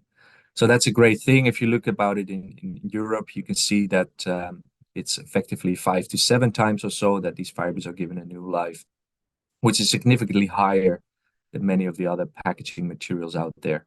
So these two circles, they need each other, right? We need the influx of virgin fiber. We need these fibers to be given a new life in the form of recycling that we do in our board and other mills as well. And providing thereby a raw material that has a very long lifespan. And these fibers, after time, they lose their strength, their properties, but still can be used for heat and energy generation. So if you think about it, a great proposition there. We have a well-established market in the EU. The recycling rate is 80+% collected for recycling, and there's a good, quality material available at the right price. So well-established market, well-established infrastructure that supports both of these circles. So if you then look at it from an EU perspective, the recycling targets, I guess you're all very well aware, 2030, 85%. And we're a member of Forever Green, who's having the target set for 90%. Very ambitious. But again, we have the right infrastructure, the right ingredients to reach that. If you look at it from a plastic point of view, it's about half of the performance that you see of fiber-based packaging and recycling. So a long way to go for them, and that's making a lot of people nervous, being the decision makers at brands and retailers, looking for solutions that address the challenges that they have on, for example, recyclability of packaging, looking for alternatives, and fiber-based ticks many of the boxes as an alternative there. But still, we have a long way to go. If we look at the global economy, not even 9% of the global economy is circular, and we see an increase in plastic packaging waste foreseeable with 50% by 2030. And then if you look at it back here, the EU packaging waste increased with over 20% over the last 10 years. So I think we're all doing our best to address that. to make, in this case, fibers more circular, to create recycling solutions that allow recycling to happen at scale at the end of life. But we need to work together. Solidus cannot do it alone. Each partner in the value chain needs to talk to the other up or down to increase circularity. And here you see a picture of the rejects that we get out of the streams of fiber that we take in. And it varies with a lot of plastic, metals, and everything in between, glass.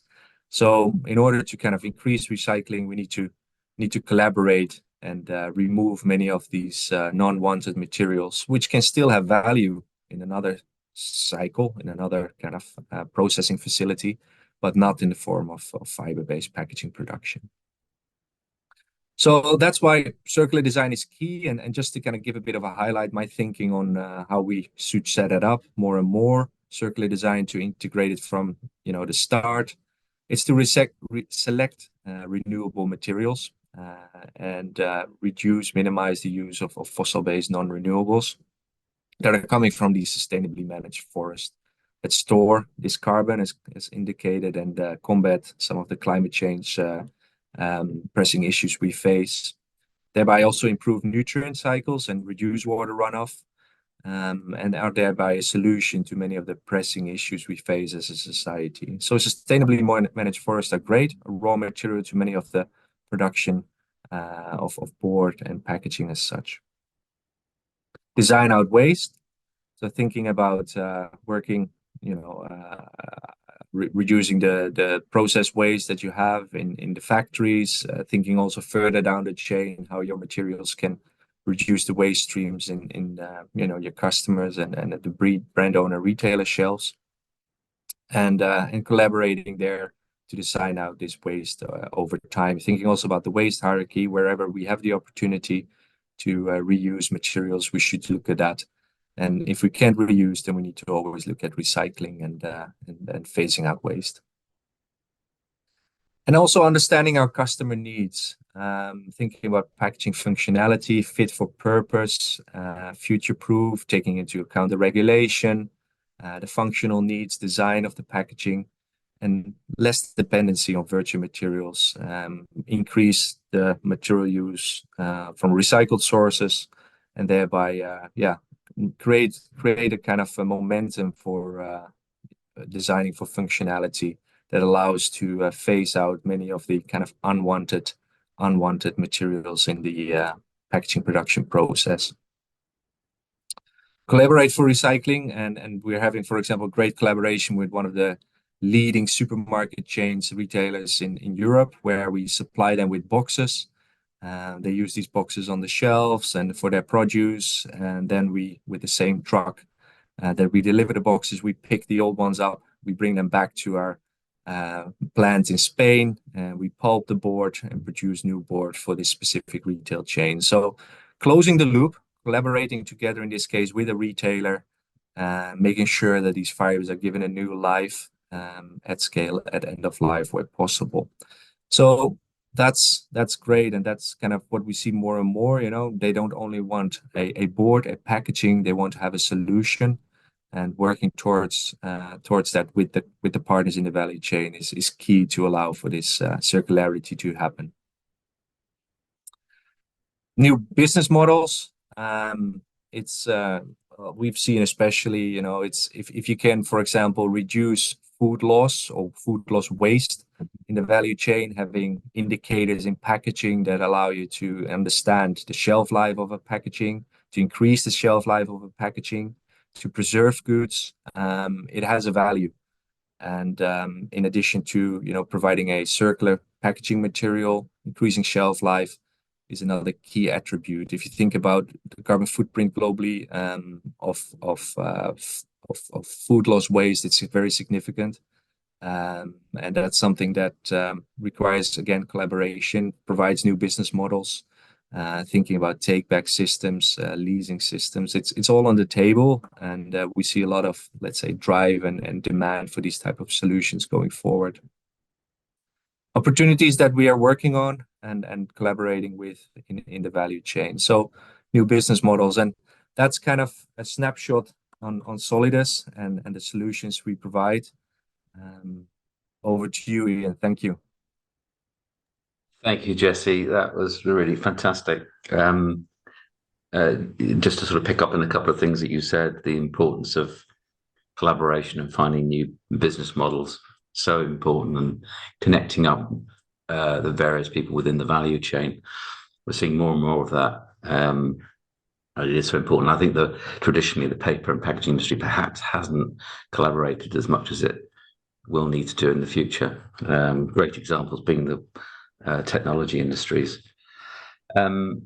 Yeah, so thank you for that, Jesse. Really interesting. Right, now our next speaker. I'm just going to share my screen so you can just bring that up. Let's go forward. Right, so our next speaker is Dane Whitehurst. He is the creative director for Biographies. For those of you that don't know Biographies, Dane will explain a little bit more, but they produce these little slidey things that you may have seen that we give out to members. They've been very, very popular, very innovative. It's a patented design, I believe. But a little bit about Dane. He was a teacher, I believe. So he was in education and then joined Biographies in 2007 as a designer. By the way, he was educated in industrial design at Southampton University. But he joined Biographies in 2007 and then became creative director in 2011. He's worked with some amazing brands, which I'm sure he's going to tell you about. So Dane, you're very welcome. I'm going to go on to mute, switch off my video and hand over the floor to you. Thanks very much, Ian. I'll try and do the technical stuff and share my screen. It's not my strong point.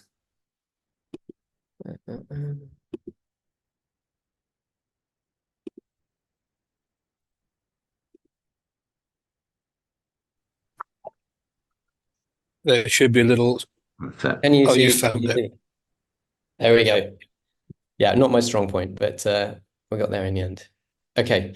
Hi, everyone, and thanks for the intro, Ian. My name is Dane Whitehurst, and I am the creative director of a company called Biographies.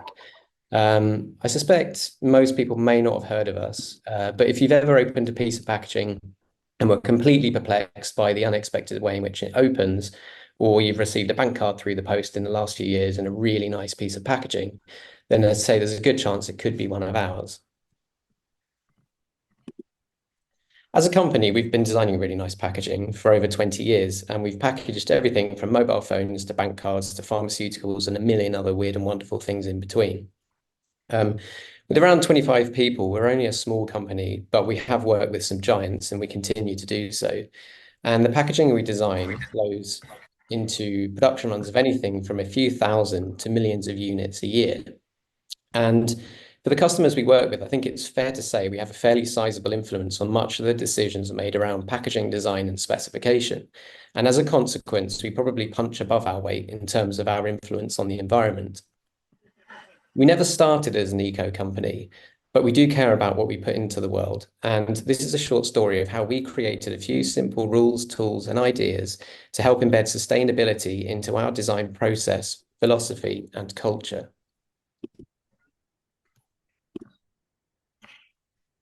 When we think about packaging, I think the general view is that it does one or perhaps all of three things. The first is that it helps get stuff from A to B. It provides protection, security, and better shelf life to our products. The second is that it convinces people to buy those things. And the third is that it helps to craft a strong brand experience, a recognizable and powerful identity that embeds in people's subconscious and calls them back for more. I have a love-hate relationship with Apple packaging. I hate it because I can't count the number of times that I've been asked to recreate it for other people. But I love it because it serves very well to tell the story of the kind of stuff we care about and of the potential and value of good packaging design. And I'm not talking in terms of the artwork and print finishes. They, of course, have their place. But I'm talking of things like how how nicely the lid slides off and how robust and premium it feels. Its sharp lines and the way everything is neatly ordered and presented inside the box is about the experience of the box as an object, as a piece of industrial design, and about the relationship it has with the product inside. And this is the sort of ground in which we play. Our basic aim is to effectively translate and distill brand values into product experiences through packaging. We basically make really nice boxes that make people go, wow. And this stuff is not unimportant, right? Rory Sutherland's, the vice chairman of Ogilvy UK, put it really nicely when he said, packaging is often the first point a product becomes a brand. So telling the right brand story is really important. And like I say, can you imagine if Apple did a really horrible box? Probably not. But imagine the headlines, and what would that say about their brand, about their core values and their design philosophy? Hugely damaging. But when you start getting into a conversation about the environment, global warming, carbon emissions, habitat destruction, rising sea levels, greenhouse gases, and the role that packaging has to play, all this touchy-feely brand stuff starts to seem a bit frivolous. And if you were to take this narrative to its logical conclusion, then you'd probably say that banning packaging altogether would seem like the right answer. But the problem is we need packaging for lots of things. You can't just shove an iPhone or bank card into the post. And for many things, removing the packaging would actually have a detrimental effect on the product itself. And packaging contains also vital information about the product, ingredients lists, setup information, instructions for use, and so on. And brands arguably need it to do battle on shelves and survive the highly competitive marketplace. And the other problem is that consumers, people, also care about this stuff. If you Google unboxing video right now, you'll get over 200 million hits. Even to a packaging guy, that's pretty crazy. But like it or not, people do care about how packaging makes them feel about the products they choose to buy. And the stories it tells are echoed across social media. So getting it right is hugely important. But what if there was a world where we could do both things, where building equity around brands and products wasn't necessarily separate from looking after the environment? Surely if we do our job well, we should be able to serve both things equally. And for what it's worth, I do believe we're moving closer and closer to a time where sustainability is inextricably linked with the very notion of good design. It seems very out of date to consider form and function as the only metrics of what constitutes good in the world of today's products. And I think it's worth noting that this is a narrative being driven by people, by consumers, and particularly by the young. The truth is, people want beautiful things that make their lives better and more enjoyable, but they also want society to take accountability for our planet. And that includes brands, manufacturers, packaging companies, and designers. And so begins the start of our journey. And for us, it is a journey. We have a load of work still to do. But I'm speaking today because I hope on some level I can show that it doesn't take a huge company or millions of dollars to start making a difference.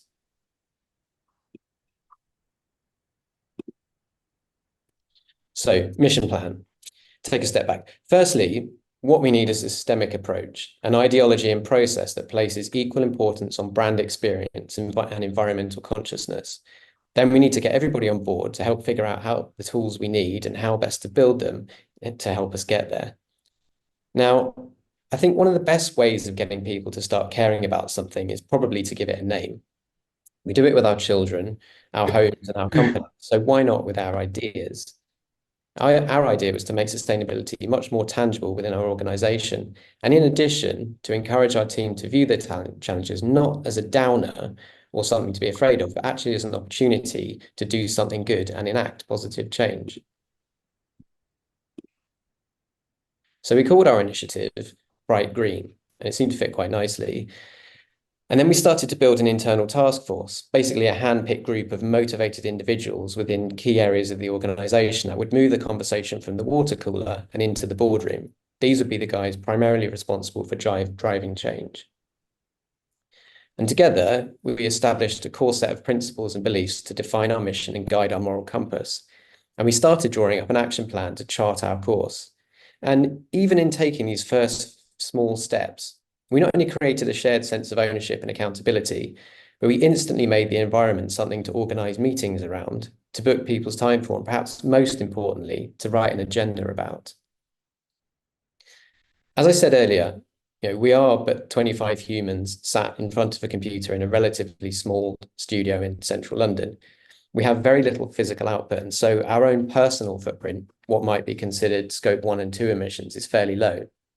And we realized pretty early on that actually the biggest environmental impact would come as a result of the work we do for our customers from the subsequent manufacturing output.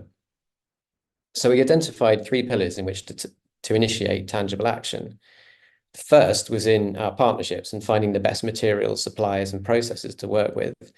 The second was in the design of our products. And the third was taking everything we've learned and start talking about it and sharing it.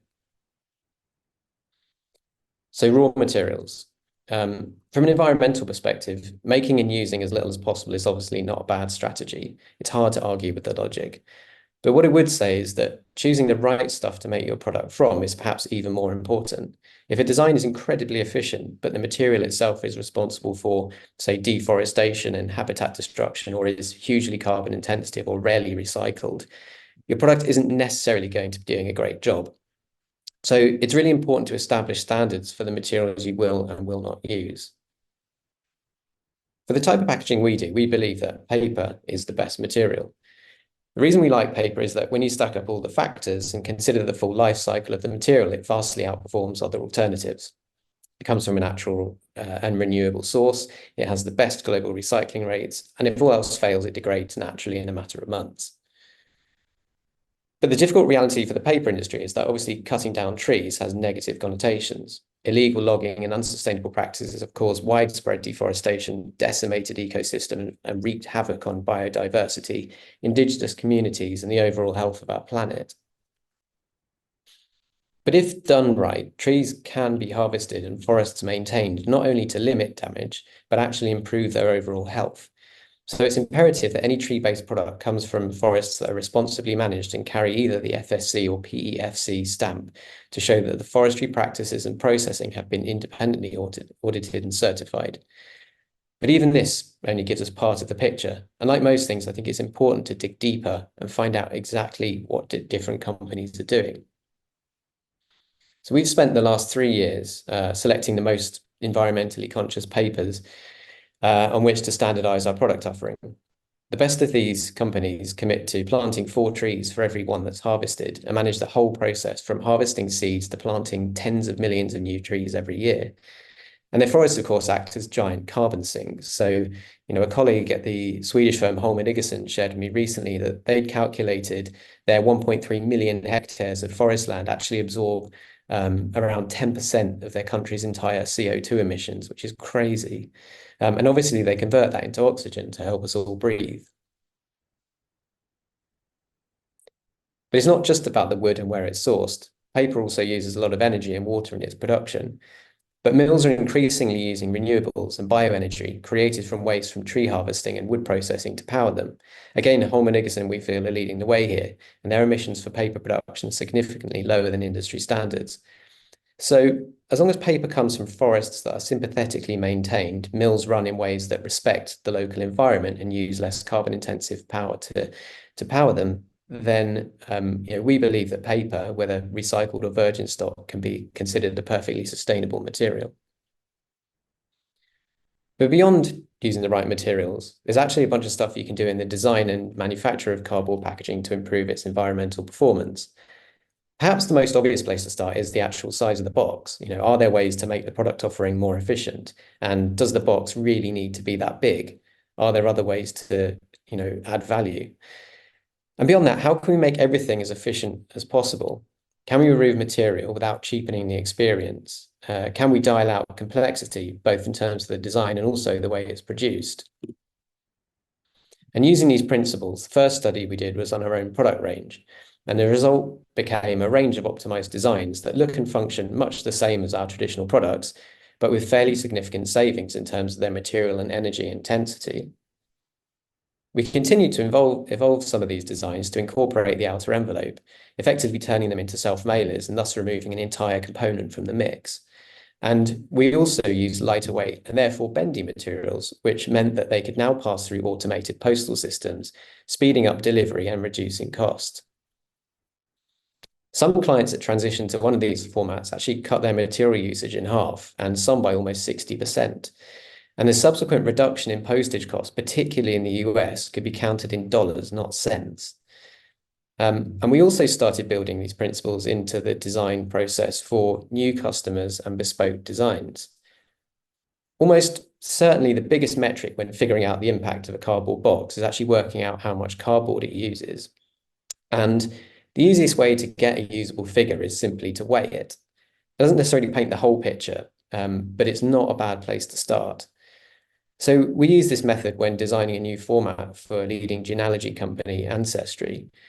They wanted to create an innovative format with a more emotive customer experience, but only if it didn't come at a cost to the environment. So we generated a value for the existing box, in this case, just over 50 grams, and we set that as the benchmark. Any new version we come up with cannot weigh more than that. And then we created concepts for the new box that fit within those parameters. We iterated, condensed the options, and removed everything that didn't add something to the functionality or experience. And we made everything that's left work as hard as possible until we arrived at the best possible outcome. And the result, as requested, is a pack that creates a much more interesting and emotive unboxing experience. And it also doubles as the return mailer to send samples back to the lab for analysis, giving it a second life. And the new version weighs nearly 30% less than the original design. Not a bad story. And the weight model works pretty okay if you don't have access to all the information, but it's perhaps a little simplistic and doesn't necessarily paint the whole picture. And we wanted to know more. We wanted to be able to measure other factors like the total carbon footprint, including manufacturing and transportation, energy consumption, and end of life, basically how much is likely to be recycled. So we could show people the true impact of making different decisions throughout the design and manufacturing process. I built our first carbon calculator tool in Excel, taking source data and emissions factors from reliable sources such as Statista, DEFRA, and other equivalent government bodies. We were for the first time able to show the gravity of choice and the net impact of changes to raw materials, production, and transportation. It wasn't beautiful, but it certainly created some whoa moments when we started attaching numbers to different design decisions and then scaling them to production volumes. And our hope was that customers would also have these similar moments and that the numbers would help to build a convincing picture to drive meaningful change. I should mention that we've since started working on an updated version with an independent third party, but this tool was a great start and really helped us in that kind of development process. One of the first projects in which we used our carbon calculator was Monzo's bank card packaging. We had already created a super efficient design that utilized FSC certified stock with some elegant print finishes to add value. But they asked us to see if there was any possible way of introducing further efficiencies without compromising the customer experience. The devil was always going to be in the detail in this type of project. And after some Tetris-style tweaks and adjustments, we discovered that if we reduced the dimensions by just 7 millimeters in one direction and 1 millimeter in another, we could actually squeeze an extra 2 units on a print sheet. And they don't look that different, right? But the paper usage is reduced by 20% because the layup is more efficient, meaning less wastage during production. And if that doesn't seem like much, when we plug the numbers into our LCA calculator, we discovered that on a single order, we would save around 1.3 tons of paper, equivalent to around 39 trees, and nearly 2 tons of CO2, which is roughly equivalent to driving a petrol car 11,000 kilometers, or the entire length of Africa. Not only that, but we simultaneously shaved a bunch off the cost by making it more efficient. And we didn't necessarily do anything radical here. We didn't reinvent the wheel, but you don't always need to. And I think this is a great example of how a relatively small change can add up to a big difference. And also of how this type of tool can be used to help sort of tease out improvements and to quantify their impact. And I think the thing that this part of the story shows is, and I think it's one of the most important challenges in all of this, is building context and ultimately momentum around good ideas. Basically, if you do this, it means X, and if you do that, it means Y. And context, really gives weight to ideas. It makes them tangible, which helps to build momentum and ultimately drive change. I also imagine that it's become fairly apparent at this stage that design for efficiency doesn't necessarily just help the environment. It usually has a fairly positive impact when it comes to cost. And it's no small help when trying to get these things over the line. And why not? Sustainability must also be sustainable in a commercial sense. We cannot allow it to become something that's treated like a fad diet, something short-lived, but ultimately destined to fail. It has to be easy to live with. Alex Hormozy put it really nicely when he said, make someone an offer they feel stupid not to take. I think it's a great expression. And that brings us quite nicely to where we are now. What we'd love to do next is to convince our customers to use some of their spare change to remove the equivalent carbon used in the production of their packaging from the atmosphere.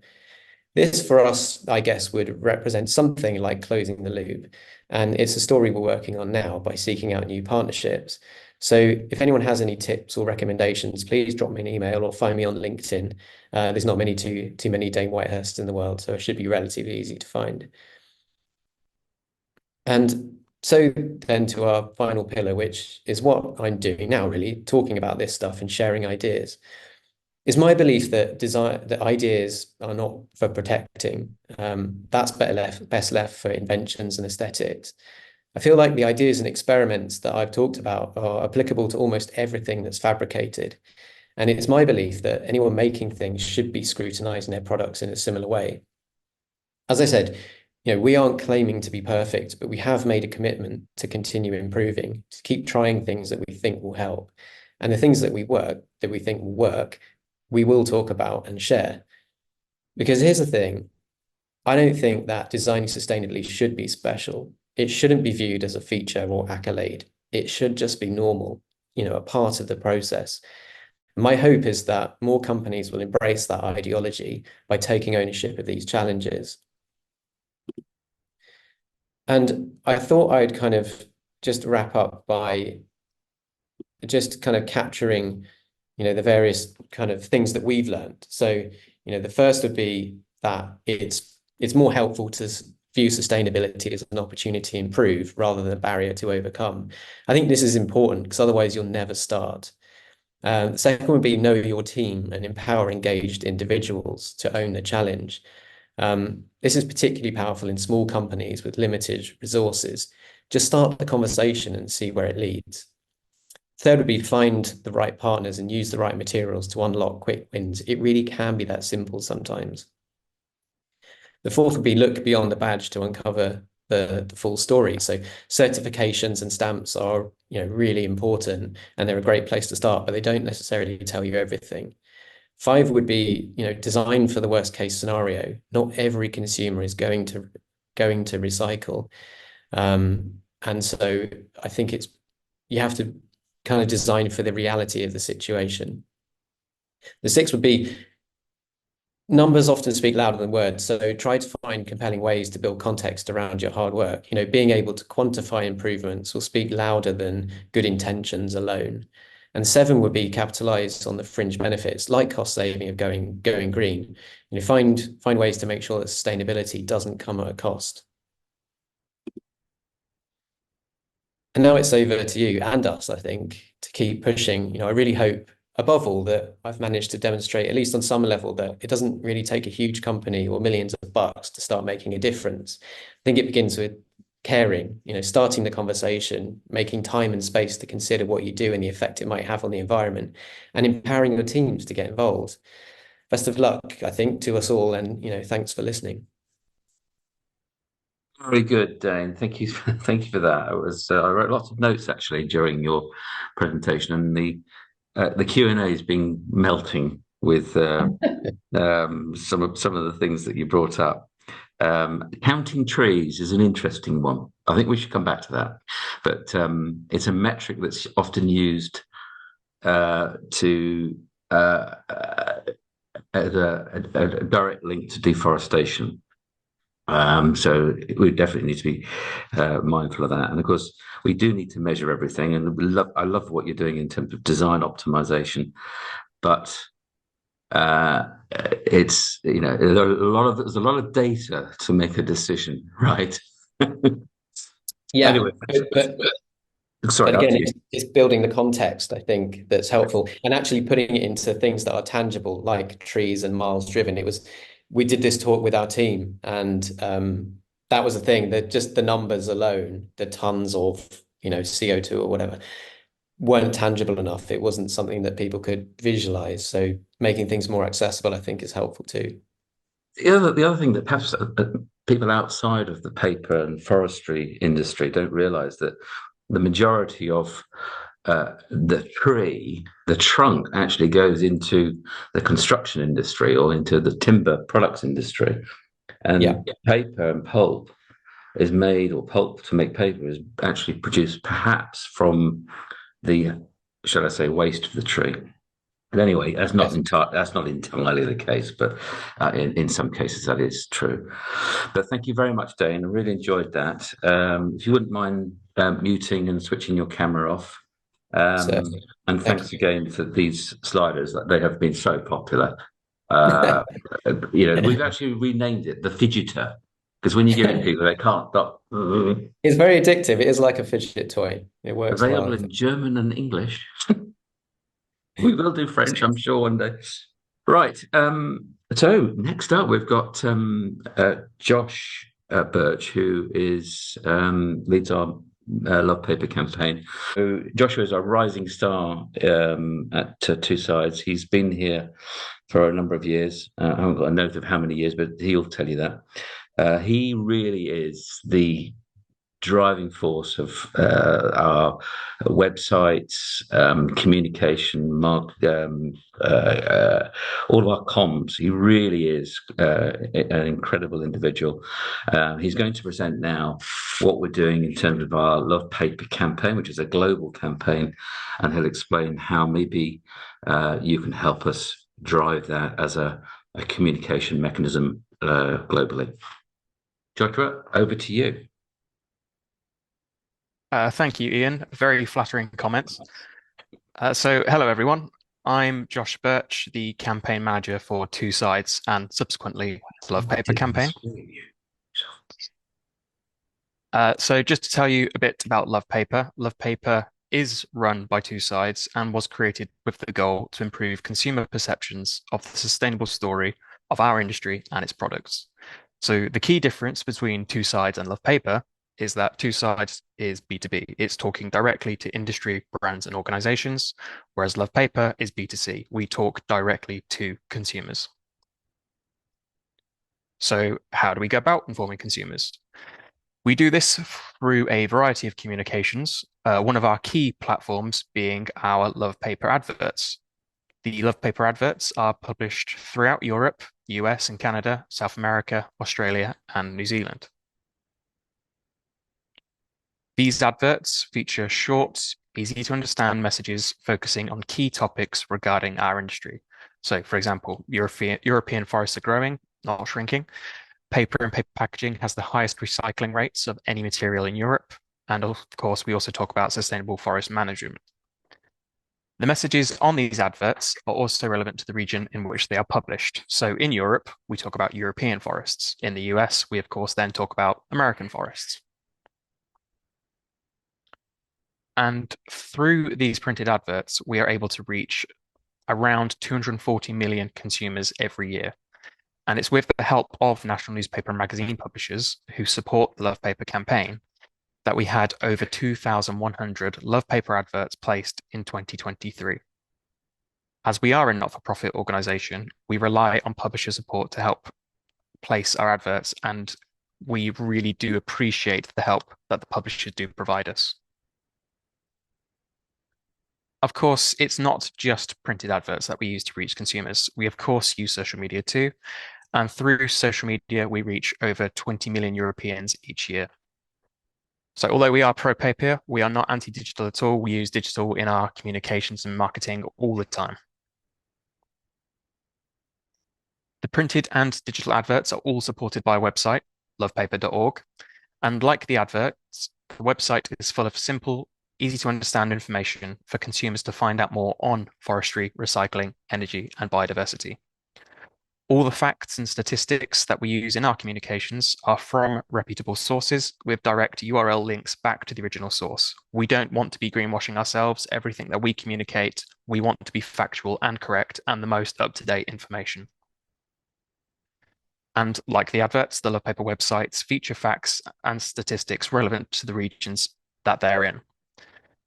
Links back to the Two Sides website can be found on the Love Paper website too, just to give the consumer the opportunity to deep dive more into the facts and information. Another item that we do for Love Paper is Love Paper Creations.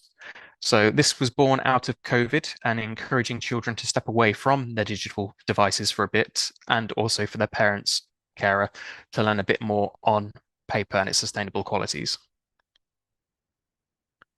So Love Paper Creations holds a suite of paper-based activities, from origami and coloring in sheets to seasonal activity packages for the likes of Valentine's Day, Easter, Halloween, and Christmas. We also have creative content which incorporates paper-based packaging. These activities can be found on the Love Paper website to download and print off. So we've now seen how consumers are informed through Love Paper, but how can our industry, brands, and wider organizations utilize Love Paper for themselves? The answer is by using the Love Paper logo. So the Love Paper logo links back to the adverts and the websites, all in the effort to educate and inform consumers of paper and paper packaging's sustainable story. So just to clarify, the Love Paper logo is not a certification of any kind. It is a consumer-friendly marketing device used to encourage consumers to find out more, again, about our products and our industry. The logo is a registered trademark of Two Sides and can be used by Two Sides members on their comms and client work. Brands, manufacturers, retailers, and publishers can register to then use the Love Paper logo. We, of course, want our industry to be using the Love Paper logo, be that on your communications, your marketing materials, envelopes, packaging, or even on your websites if you have a sustainability page or a partners page. The Love Paper logo can be used in a number of ways to best suit your company.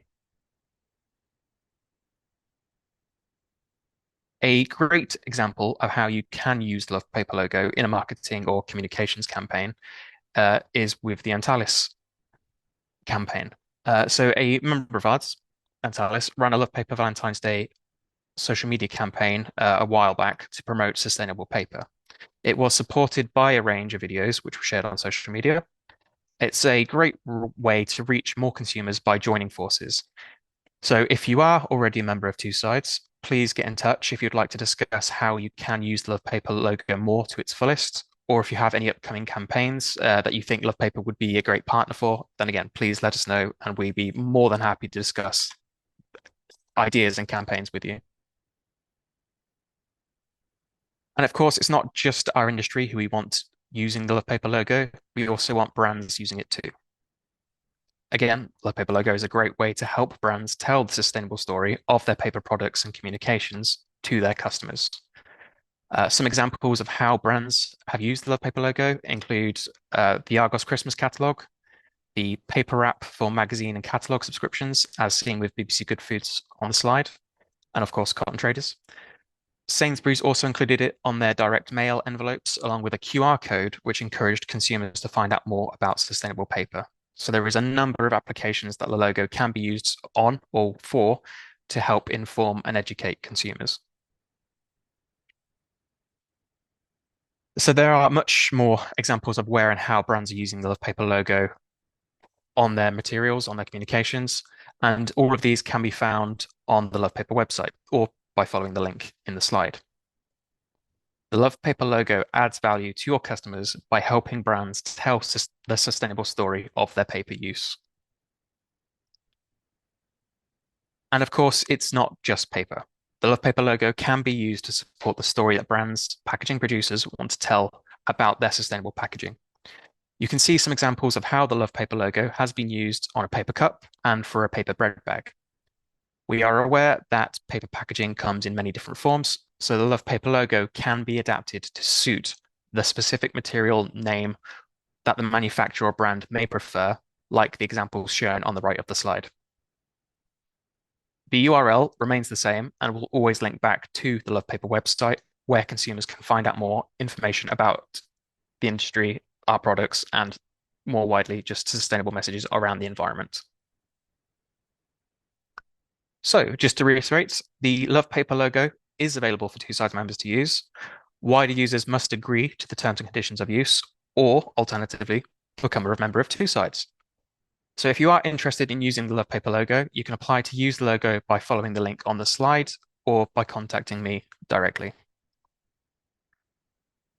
So I think that was quite a quick whip through, but there really are some great reasons to love paper and help and ways to help consumers find out more.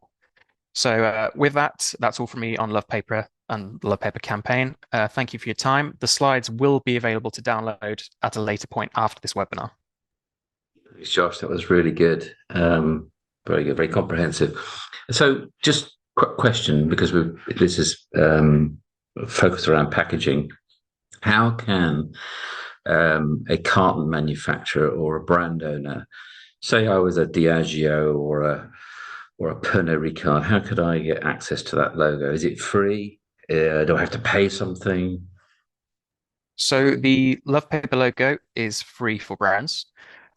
We want brands to be using it on their products. If you do operate within the print paper packaging industry, we do strongly suggest that you become members of Two-Sides. Sorry, a bit of feedback. We do strongly suggest that you become members of Two-Sides in order to use the Love Paper logo. Besides the actual logo itself, there are a range of other benefits that you can get for your company if you do join Two-Sides. But either way, I would suggest if you're interested in Love Paper, interested in what it's about, if you are interested in using the Love Paper logo, then please just contact me or Love Paper directly, and we'll be happy to have these discussions. Thanks, Josh. That was brilliant. Right, if you wouldn't mind just popping on mute, which you've already done, well done. And I'm going to just go back to my screen share. Right. There's Josh. There we go. Right. So I've done all that. Excuse me. Sorry. Aha. Here we go. So our next speaker, delighted to welcome Eleni, who's the Global Director of Future Packaging for Pernod Ricard. She's been with Absolute Vodka. Before that, it was owned by V&S Group, which was a government-backed group, I believe. She joined in 2005 and became Director of Future Packaging in 2023. So she's 15 years at Absolute, so she knows a thing or two. She's also very sporty. She's a professional handball player. Is that right? Yes, handball player. So look, Eleni, you're very welcome. If you wouldn't mind, start in present mode. I will stop sharing. And so you're very welcome to the floor. Do that. Hi. Hello. Can you hear me well? Yes, we can hear you. Okay, perfect. So We can hear you. There should be a little We can see green you. oblong at the bottom, which you click on. It should say share screen, Eleni. yeah, we're I think this is Teams. where most people are used to Teams these days and not Zoom. But there should be a little square green oblong at the bottom. Yeah, that's perfect. And if you go, that's lovely. We can see it perfectly. Thank you.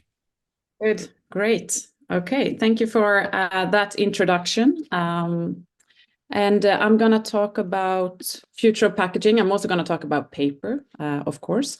But this is me. So before I became the Director of Future Packaging, I actually worked more than a decade with the global portfolio for Absolut Vodka. So I'm very familiar with the brand, and as you heard, I've been with the group for a long, long time. I think it's almost 18 years, so 15 is even too little in a way.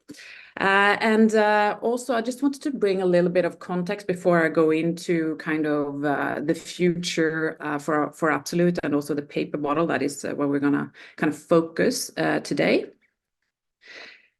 I don't know if everyone is aware that Absolut vodka is only produced in one place. No matter where you are in the world, it always comes from this small little village in Aarhus. And just for you to get a sense of how big it is, it's around 4,000 inhabitants.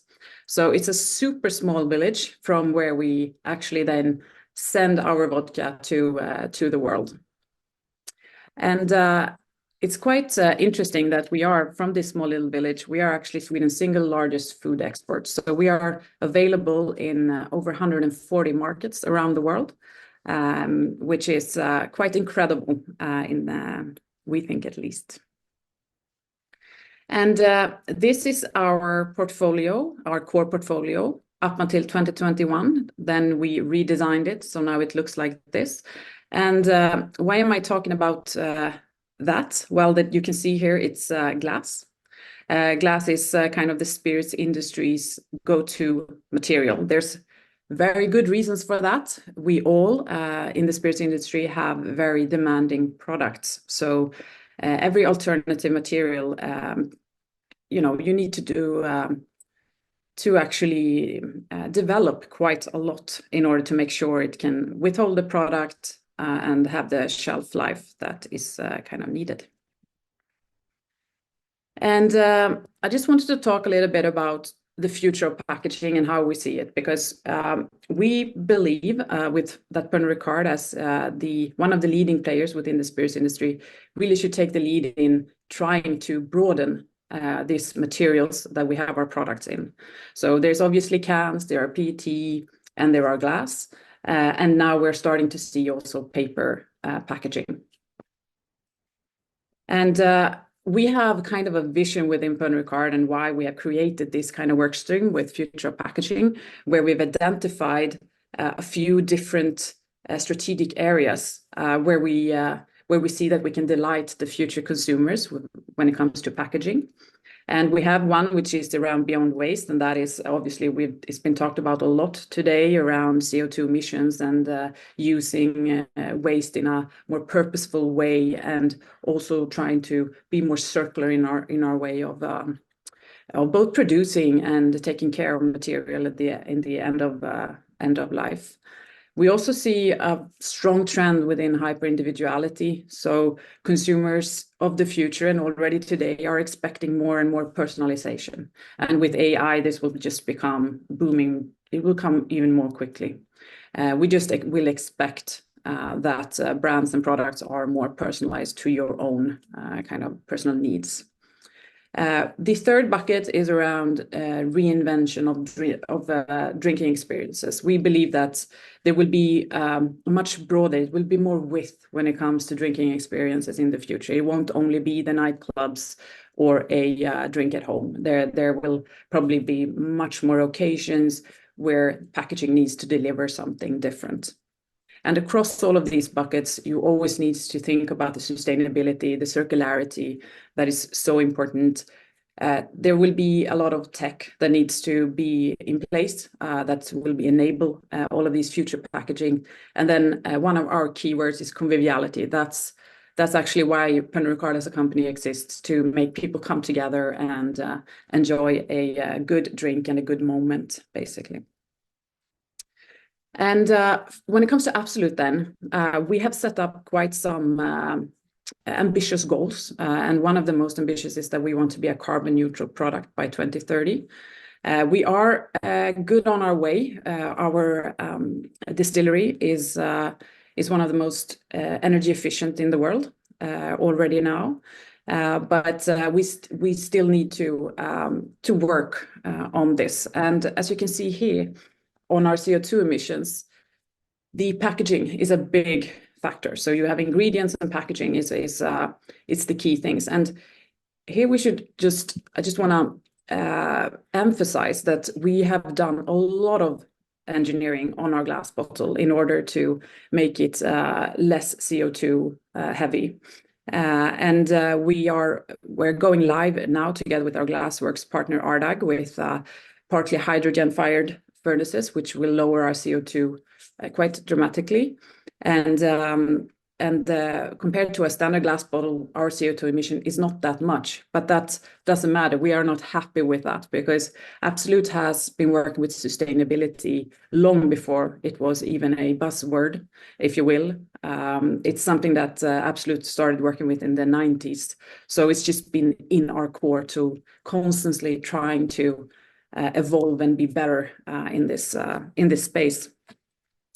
But as you remember, we were on 140 markets. So what it really is about is to find the right packaging material for the right market. And what that means is basically that the recycling behavior from consumers, but also from the recycling industry, the capability to actually handle the different packaging material needs to be in place. So glass is an amazing material when it's recycled. It can be recycled in infinity. But if it's not recycled, then that doesn't matter. And that's why we have embarked on a journey of looking at paper as well as a complement to our glass bottles. So here we just want to make sure that it won't stay just an idea on paper. And we have, why have we chosen paper then? Well, it offers a carbon footprint reduction. It has one of the most highest recycling rates globally. It has an existing recycling infrastructure that we really would like to tap into. It is lightweight, which is something that we don't really have in our portfolio at the moment. We have the cans, the aluminum cans for the ready-to-drink offerings that we have. But apart from that, we have more glass.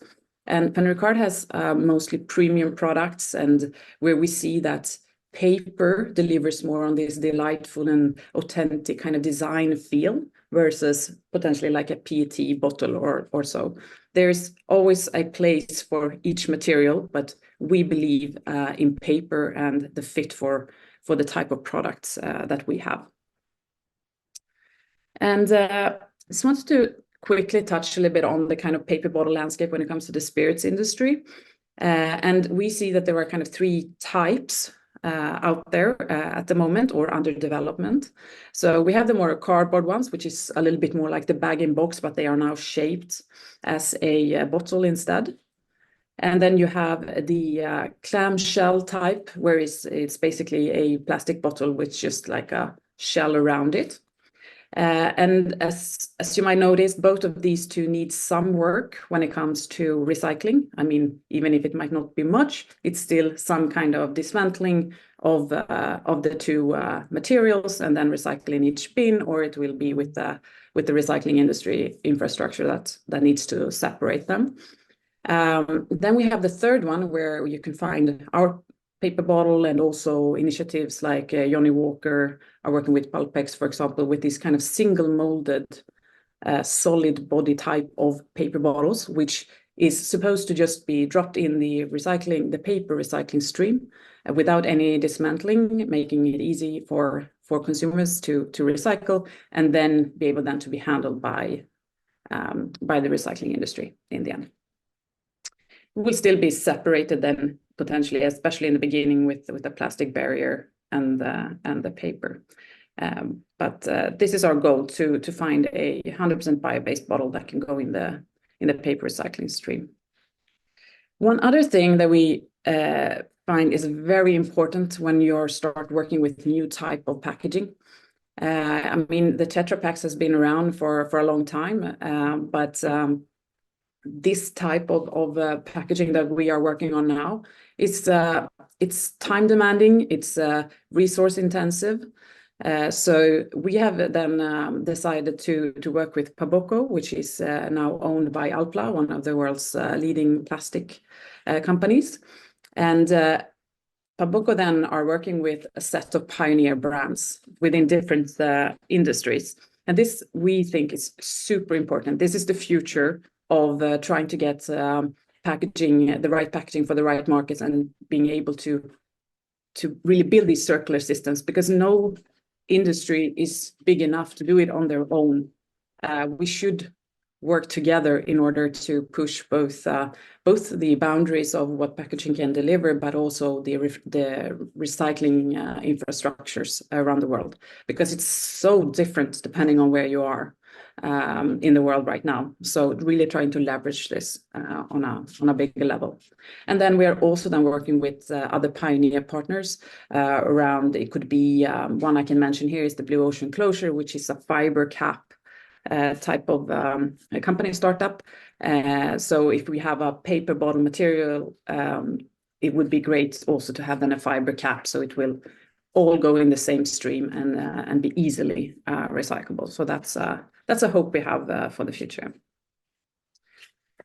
And I touched upon this a little bit, but our vision is to get this bottle to be 100% bio-based and be able to recycle it in the paper stream.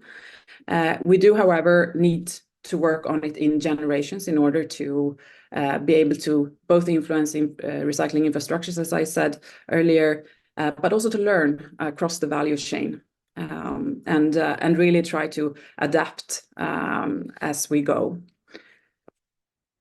And we have then, so the importance of that is actually then, because when you work with this type of new breakthrough innovation, it's new to the world, there is high risk and there's a lot of people who think a lot of things. So consumers might not be used to it. How will they actually react? It's before you invest a lot of money in a new type of packaging, regardless if it's like paper bottles that we're talking about now or something else, you really need to try to understand early what consumers thinks about it. You also production and the whole kind of value chain you need to understand. I mean, we are used to doing glass bottles. What happens when you put a lightweight bottle on the production lines? There's a lot for us to learn there that maybe is known to someone that has PET, like Coca-Cola or something like that. There's also a lot of internal challenges. So there's really important is to talk about these things all the time. Either there is resistance to change or impatience because it goes too slow. And then you kind of need to remind everyone all the time that this is new to the world and no one has done it before, etc. And you kind of need to keep hammering that in. And then you also, of course, have all the different external challenges, everything from the recycling infrastructure. I've said a couple of times now, because that was a little bit of an eye-opener for me, that there has been a lot of these type of mixed material products out there for a long time, but actually there's not a lot of markets that can actually recycle them, which is crazy if you think about it. So we really need to try to influence that as much as possible. Then through the value chain I already talked about, but also then the customer's perception, so meaning bars or retailers. If they are not open to get a new packaging material in, you need to kind of convince them through different trials and so forth. And that's why we think it's so important to actually talk about all the pilots that we're doing and not just do them in quietly, because there is a lot of people that we need to influence when we are doing these kind of learnings. So we started already back in 2019 and with the first generation and did some smaller tests. I will go into a little bit of the results later, what we learned from those. And then we went on to retail. We have done 2 different retail tests. And then we aggregate all of these learnings in order to prepare best for the next generation and what we need to kind of learn from there. So we started on Way Out West. That's a festival in Sweden, quite big festival, but this is a super manual test. So we just did a MVP product. We manually glued on the labels ourselves. It was actually filled with a cocktail at the site and then handed out to consumers, just to kind of trying to get the first consumer perception, basically. And what we found out in this trial is that Absolut as a brand definitely has the permission to do this. It's perceived as a brand that tries out a lot of things. We have a lot of limited editions and things like that. So consumers kind of expect this from a brand like Absolut. A second learning here is that paper packaging isn't seen as something new necessarily for consumers, which makes sense in the sense of we have paper coffee cups, we have the milk cartons, and things like that. So in itself, it's not a super invention, even if it's not, even if it doesn't exist within the spirit space. And then a third one is you can see here on the image to the further down right, kissing the bottle, that paper is actually a nice material. So it fits with our kind of products. Consumers want to touch it, feel it, kiss it, or just like, you know, rub their face against it. So just means that it's a delightful material that will be a perfect fit for our kind of products. But then we, back in 2021, we did a second test, and then we actually did it on the production lines. I said before, we are not used to lightweight products, and they were, as you can see here, falling all over the place. We definitely, yeah, it wasn't, the run was quite interesting. You can also see that there is a lot of scuffing on the bottom of the bottle, nothing that affects the kind of durability or the functionality, I should say, of the product, but more aesthetically.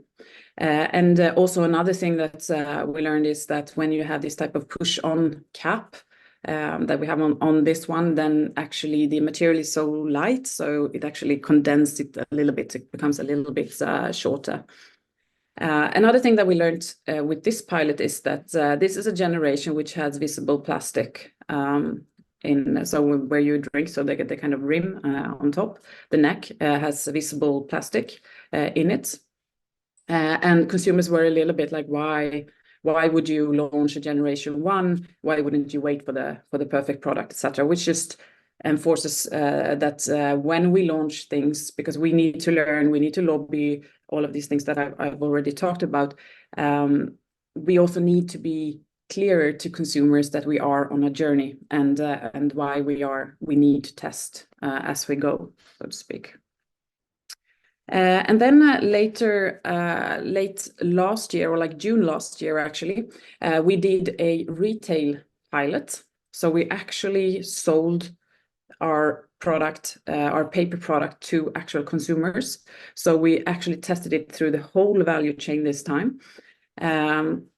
And we did this test together with Tesco in the UK, and actually more specifically in Greater Manchester area. So it was done in 22 stores in Manchester. And the reason for us not going in the full UK was actually about recycling.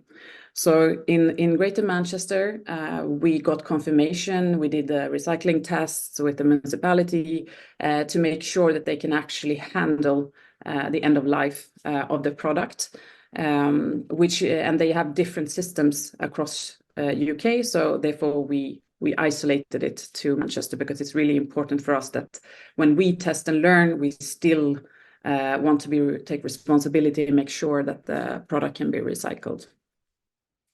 And we did like a full marketing campaign, as you can see here. And some of the learnings was that there's a clear link between when we did like a marketing activation push and sales.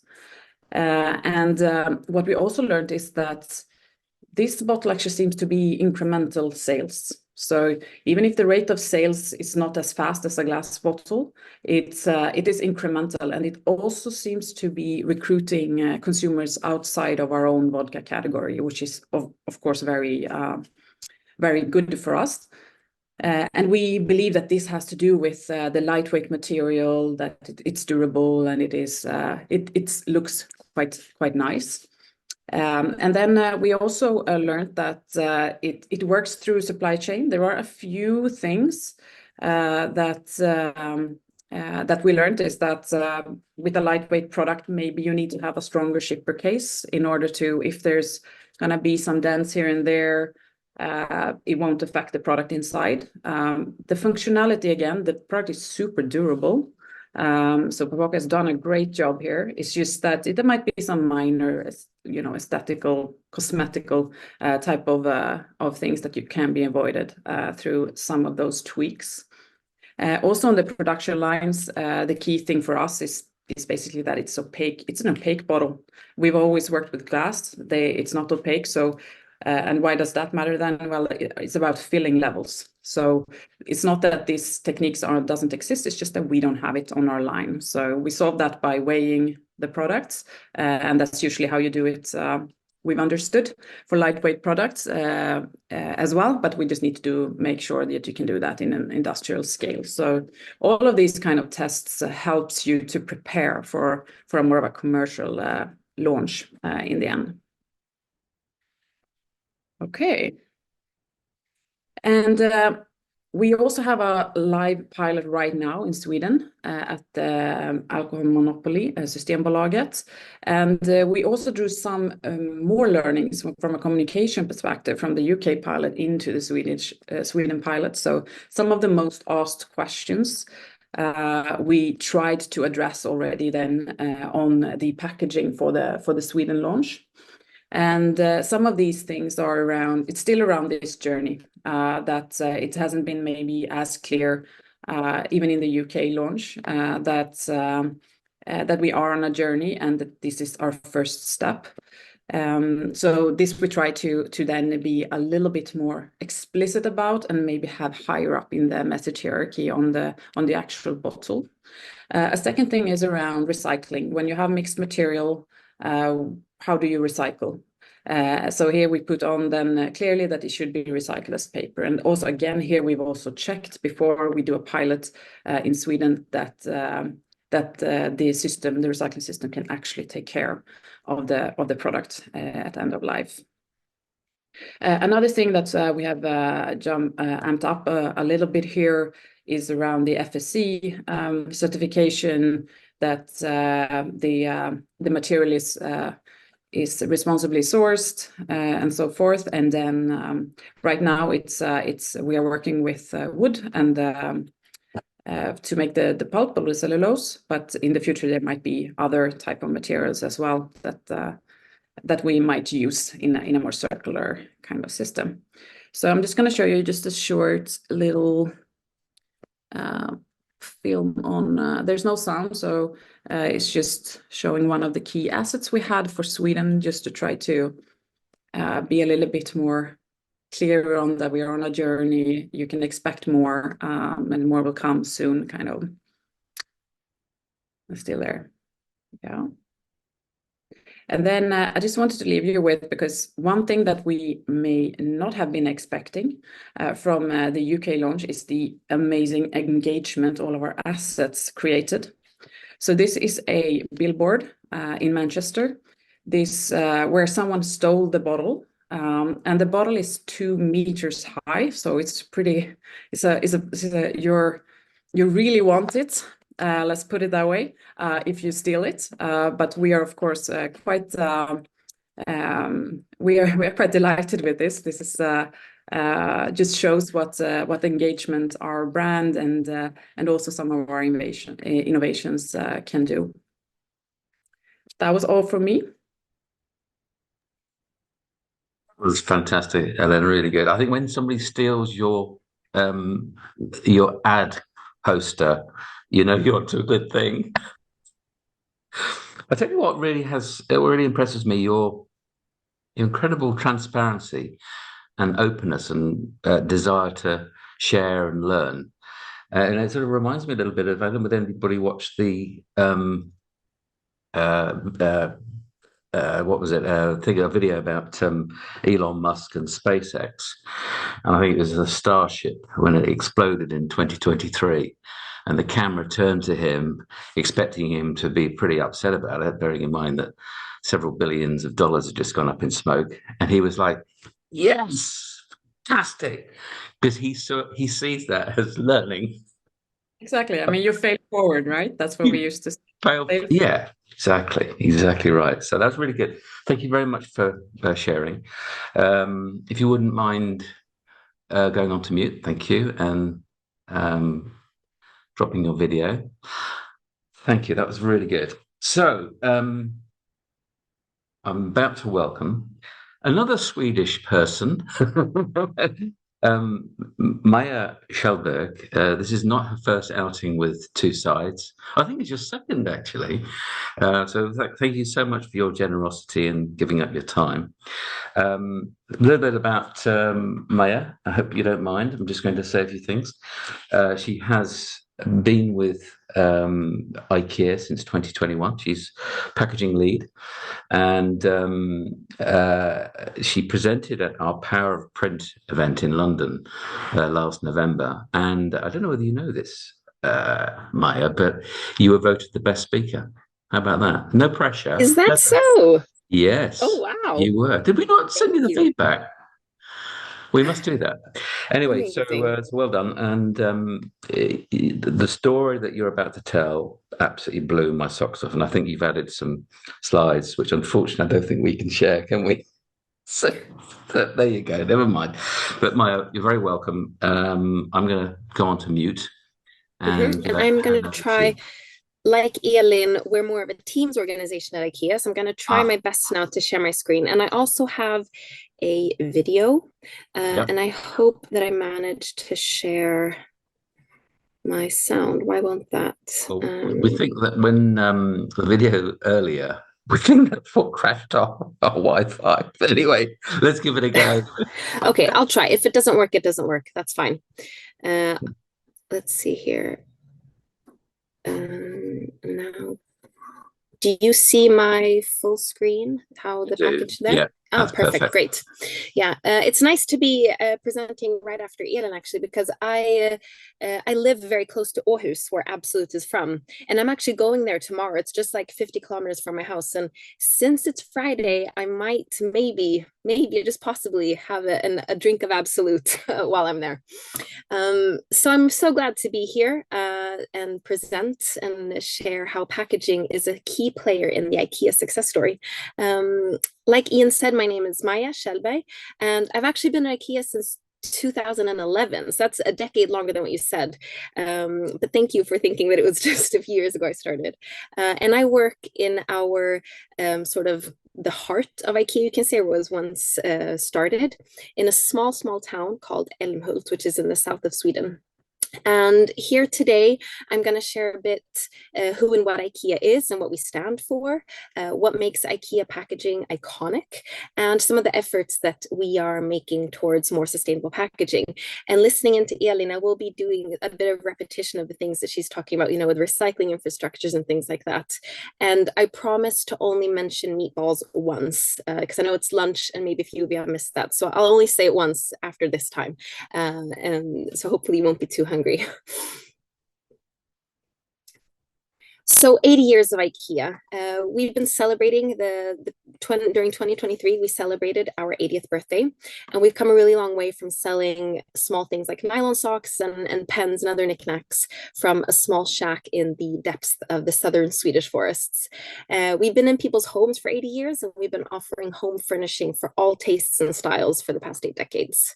What you see on the picture here is actually an old favorite that was relaunched in celebration of our birthday, and this particular swivel chair, it's placed here in front of the castle in Stockholm in Sweden, where our king and queen live. And this was a gift to the king to commemorate his 50-year celebration on the throne this past year. And the pattern on the bottom of the chair with the yellow hearts is actually taking some inspiration from the king's outfit that he wore at the 1972 Olympics. Just a little fun fact there. So some other facts about IKEA. We have 471 stores across 63 different markets. We sell/serve 1,000 tons of meatballs every year. And we don't have our catalog anymore, unfortunately, our printed catalog. But when we did have it, our largest ever print was in 2017, when we had 20 million catalogs printed in several different languages. IKEA turned 80 last year, and our flat pack is not far behind. Our flat package products were started to be flat packed in 1953. And it was in the early 1950s when transport costs were high, and there was an increase in damaged goods during home delivery. And at that time, it was mainly mail order when you're ordering from IKEA. And our founder Ingvar introduced a new type of packaging, which is much more slimmed, and it had unassembled furniture, which is what we today just refer to as knockdown products in a flat pack. And so customers started buying furniture in 1953 that they would assemble themselves, and they do that still today.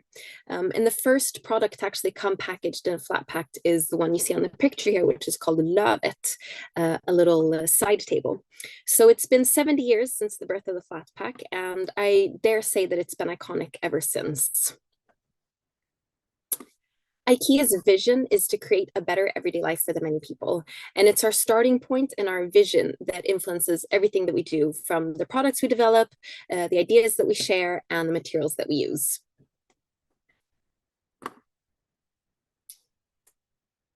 I'm clicking, but it's not going forward. Let's see here. There we go.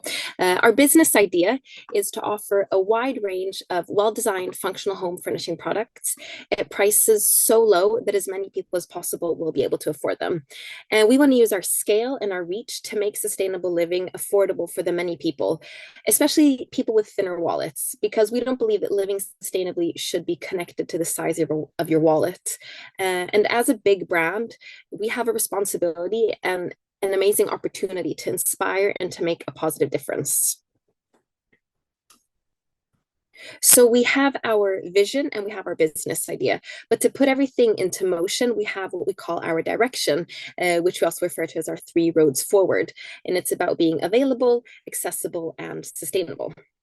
And when we talk about IKEA packaging, we can very easily connect it to these 3 roads, because packaging can be a significant part of our cost. And that's why we, for example, bundle volume in order to decrease our costs, and we work with backward integration. Our packaging solutions also enable availability to our customers, reaching them in an ever-growing omni-channel environment. And of course, the materials that we choose matter from a sustainability point of view. And therefore, it is so important to integrate packaging into these 3 dimensions of IKEA's business direction. And next up, I'm going to share a film. So let's see if it works.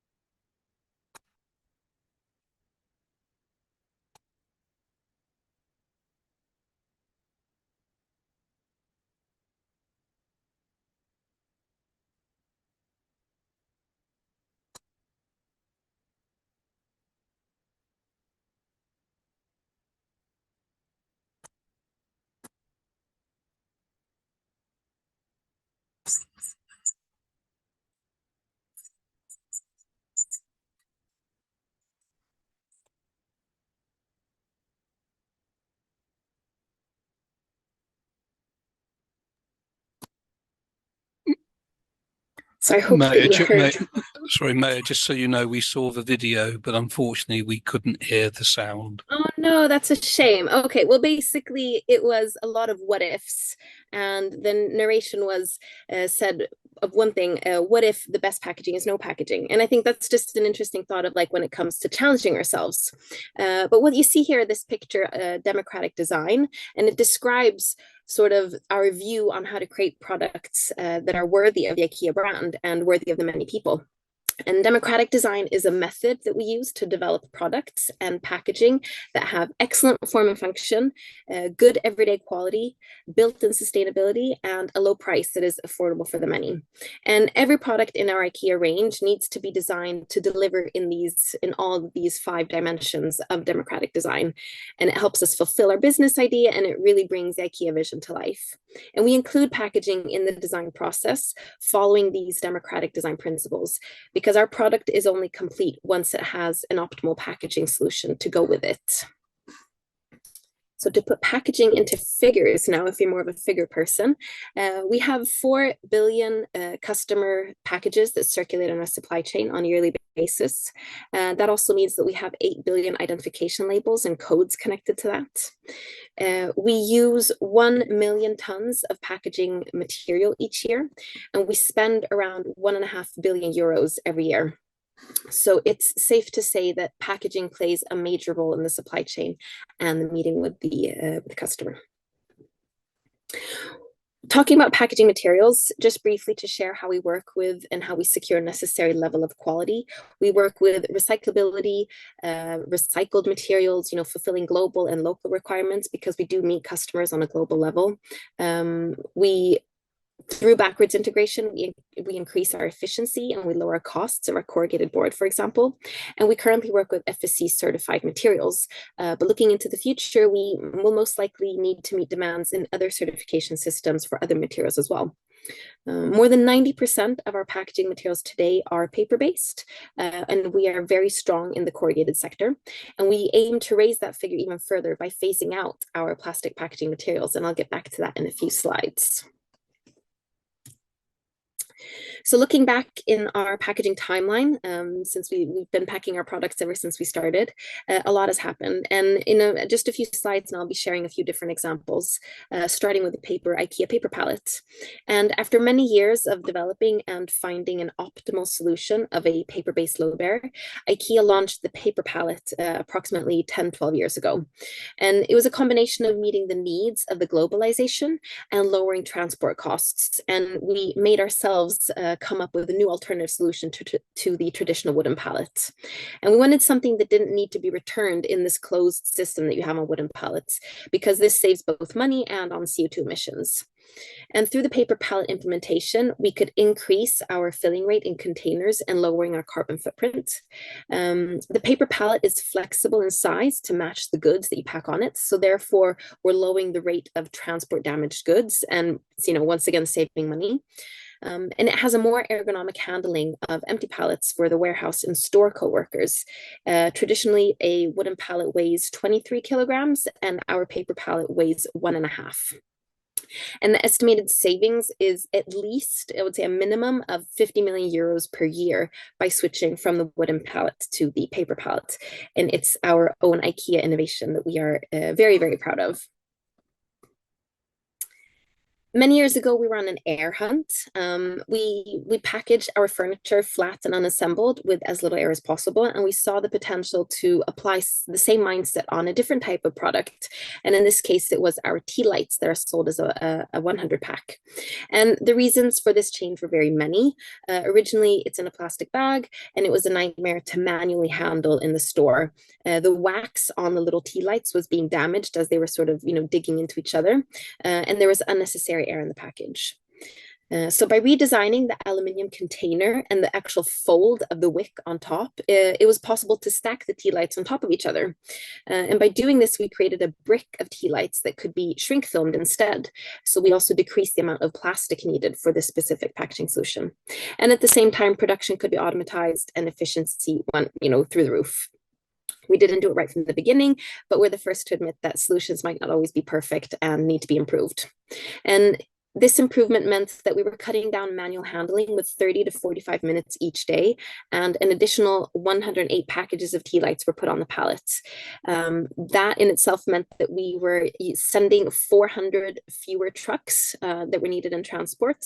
And the main customer benefit, we were lowering the price of 10% because people love to buy cheap IKEA products. One of the strengths of integrating our packaging and product development and product design is that while we're improving or updating a product, we simultaneously have the opportunity to do the same for packaging. We had a family of light sources that was being replaced with a new family, which is the one you see on the picture here, Solhetta. And in this new product launch, IKEA decided to hit two birds with one stone and also updated the outdated packaging. I'm sure many of you have, with rage and frustration, tried to open a package, a blister pack, a light source, or maybe another type of product. You need a sharp object, injuring your fingers is at stake. And this is difficult for the customer to open. It's really awkward and inefficient to handle in store due to the shape. And it's the material that we wanted to steer away from, which is plastic.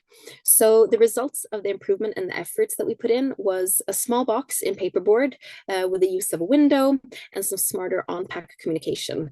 And this new shape and construction made it easier for all to handle and making it easier for the customer to open and reclose at home as well.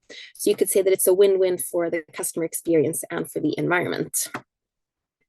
And we're not only challenging small items with paper-based solutions, but also larger and bulkier items.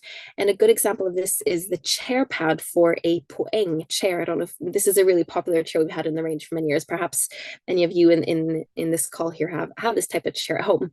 And like Elin said, paper packaging per se isn't an innovation, but how it's used and how it's perceived, and I think using an example like this where paper is used in an application where we're traditionally seeing other materials and a lot of the times plastic, it's unexpected and new in itself. So we are trying to challenge ourselves in using paper-based solutions in these bigger and bulkier items where plastic has been a given choice up until now. The last example that I'll share, circling back to where I started, we have products that you assemble yourself at home, and for that you need to have the right screws and fittings. And these usually come in a small plastic bag, and it's not visible to the customer until you've actually opened your flat pack, once you're at home and you're ready to assemble your piece of furniture. And in an effort to find a more sustainable version of this bag, we're developing a paper-based bag instead. We produce more than 1 billion bags per day at our 3 IKEA component sites, and the bags need to fulfill really high demands on automation and tough handling. And it's of utmost importance that the bags stay intact, passing drop and stress tests to ensure the product quality and you get all the screws and the fittings that you need. So in the near future, you will be able to buy a flat pack that is plastic free, making, the iconic even more iconic. So these are a lot of good examples that I shared, but we also make mistakes. And we've had the benefit of having a company leader who said that only those who sleep make no mistakes. And I think that really encourages coworkers to take risks and to try new things. And we do a lot of learning by doing. And in 1997, IKEA launched an inflatable sofa, and perhaps you're understanding where this mistake is going. And it was supposed to be climate friendly, a climate friendly piece of furniture because it needed much less resources to produce and to transport. And customers were going to be able to buy a sofa, basically put it on your arm and easily inflate it at home with the help of your blow dryer, which it says there in that little green box, which unfortunately is in Swedish. But this is actually taken from the ad for it. But long story short, we failed. The sofa was bouncing around because it was so lightweight, and customer injuries, we were risking customers falling off or, missing the chair. The plastic material itself was attracting a lot of dust, and it made funny sounds when you were sitting in it. And not only that, but it leaked air. So when customers would wake up after a comfy sofa nap, they were entangled in a big pile of plastic and textile covers. And we haven't made inflatable sofas since then. And of course, on the packaging side, we've failed as well. And I liked what Elin said, failing is falling forward. And for example, we've done perforations on secondary and tertiary packaging that weren't easy to use, and they looked awful in store. So that's something we steer clear of. We've chosen the wrong type of materials, so we've had to head back to the drawing board for new solutions. Like that one time we tried to use a mycelium mushroom-based material that never really stopped growing. So it didn't look like a normal packaging material because it had things growing off of it. And we will never be done with our packaging assignments. The constant change around us is, it really keeps us on our toes, and we continue to use our packaging as an enabler to reach our overall IKEA goals. And these are just a few of the things that we're working on while trying to reach our overall goals and still protecting our products in all our channels. I'm going to speed up a bit because I see that I'm running out of time soon. I mentioned earlier our material share and our phase out of plastic, and our biggest chunk of packaging material is paper-based. It's more than 91%, which means that less than 9% is plastic. But as I mentioned in one of our first slides, we use a lot of material considering our volume. So 9% is still a significant amount in kilograms. And we aim to move these figures towards 100% paper-based, or as close as possible, through a project or an initiative that we internally call Plastic Out, which has evolved more into like a given way of working by now, and it's a well-established initiative that we all are striving for within IKEA. Going into the project, our plastic usage looked like this. On a total level, we were using 70,000 tons yearly. And this includes consumer packs, multi-packs, unit loads, you name it.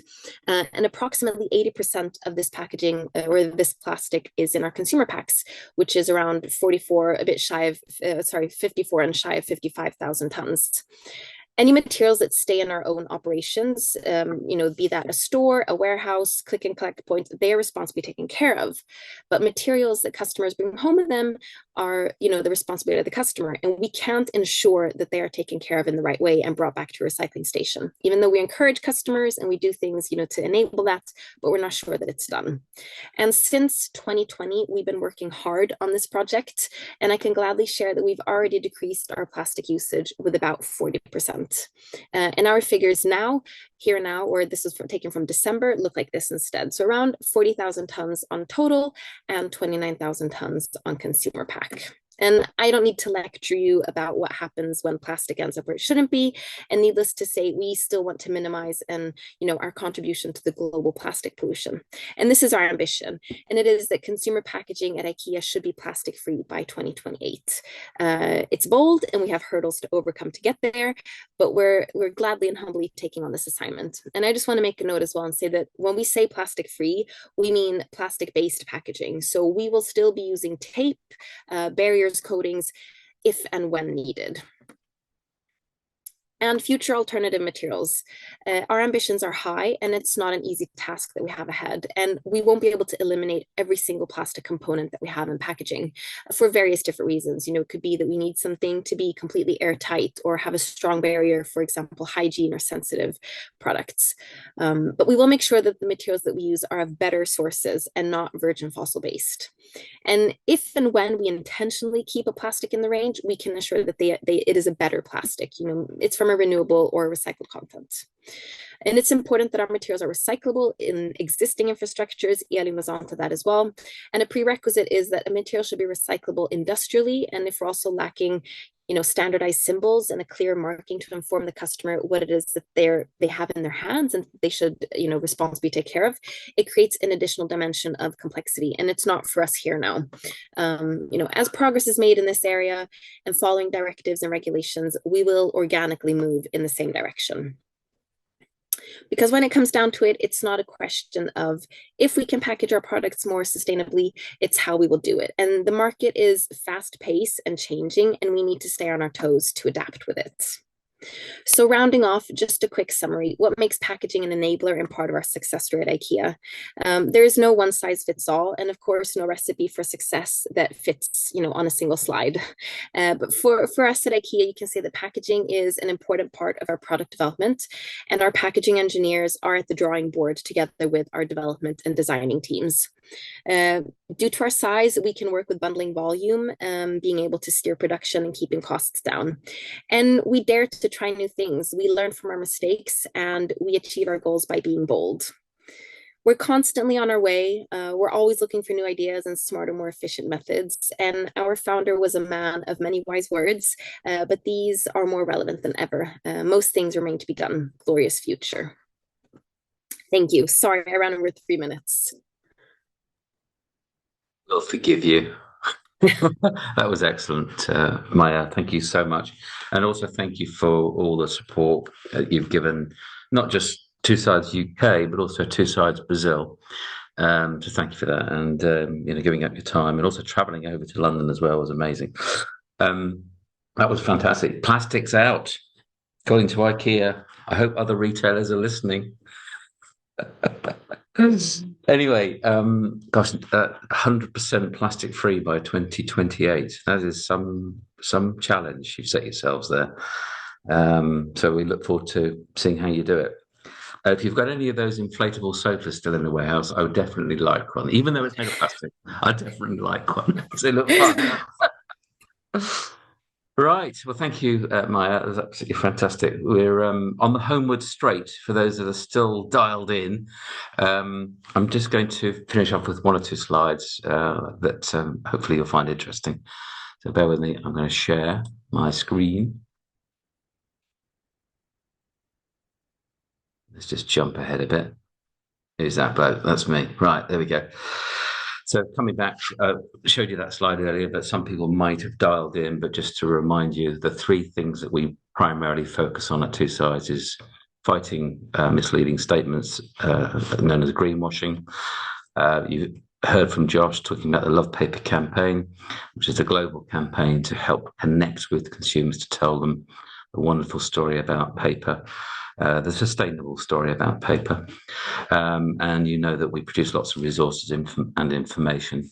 Why have we got this greenwashing? Let's just sort of knock this one on the head. And a lot of our work, particularly with Gina, who works here in Daventry, that most of it is coming from energy companies, utility companies, banks, and so on, who are pumping out misleading information, switch to paperless communications, and will save trees. I mean, look, British Gas saying that they will save the planet if you go paperless is really laughable. In the top right-hand corner, you'll see that Screwfix, which is part of the Kingfisher B&Q empire, reducing the number of printed catalogues has saved 74,000 trees. What a load of nonsense. So what we do is, and so of course what's happening is, how do I progress my slides? There we go. Sorry, my screen froze then.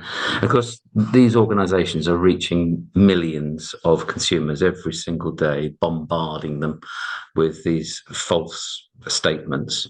So what we do, and should I say, this is now starting to appear in the world of packaging, particularly interestingly around alternative fibres. So we're seeing companies importing products from Asia, for example, as is the case here, importing materials from Asia where they're being converted actually in the UK. I won't say who the company is because it wouldn't be right. The company behind this is then claiming that they're saving trees, stopping deforestation, lower carbon footprint. Don't know about the carbon footprint. I mean, it may be, may not be, but we'd have to see the actual data to be absolutely certain. Nevertheless, you cannot say by using an alternative fibre you're saving trees. That's complete nonsense. So when companies come out with hogwash like that, we go after them politely. We ask them to, because most actually companies are doing it unintentionally. It's marketing spin. It probably hasn't gone through their compliance department or their legal team. But we're pretty successful. About 50% of the companies that we go after change their messaging. And that's a lot down to Gina, I must say, and the way she crafts the communications and follows things up and makes things happen. And if you find any examples, please forward them on to us. Particularly around packaging, we are really keen to make sure that we don't get the growing tide of greenwashing flowing into the world of packaging. Some of the communication tools available, if you are a member of Two Sides, we have very popular publications such as our Myths and Facts booklet, and also a packaging booklet, which is fantastic. These, I'm just going to jump forward, these can be co-branded. Oh, I'm missing a slide, never mind. So these can be co-branded, so you can have your logo on them if you so wish, if you're a member. But they're really great bits of communication tools. We also produce a series of fact sheets. There's a list of them there. The ones that will be interesting to you probably will be things like number one, paper packaging natural choice, paper bags if you're into paper bags. But there's all sorts. Anyway, and we cover a whole multitude of subjects which we hope will be relevant when you're trying to communicate the benefits of using paper over other materials. We also produce a series of articles. We've called them insight articles. These are not fact sheets. They are discussion documents. There's no necessary finite conclusion.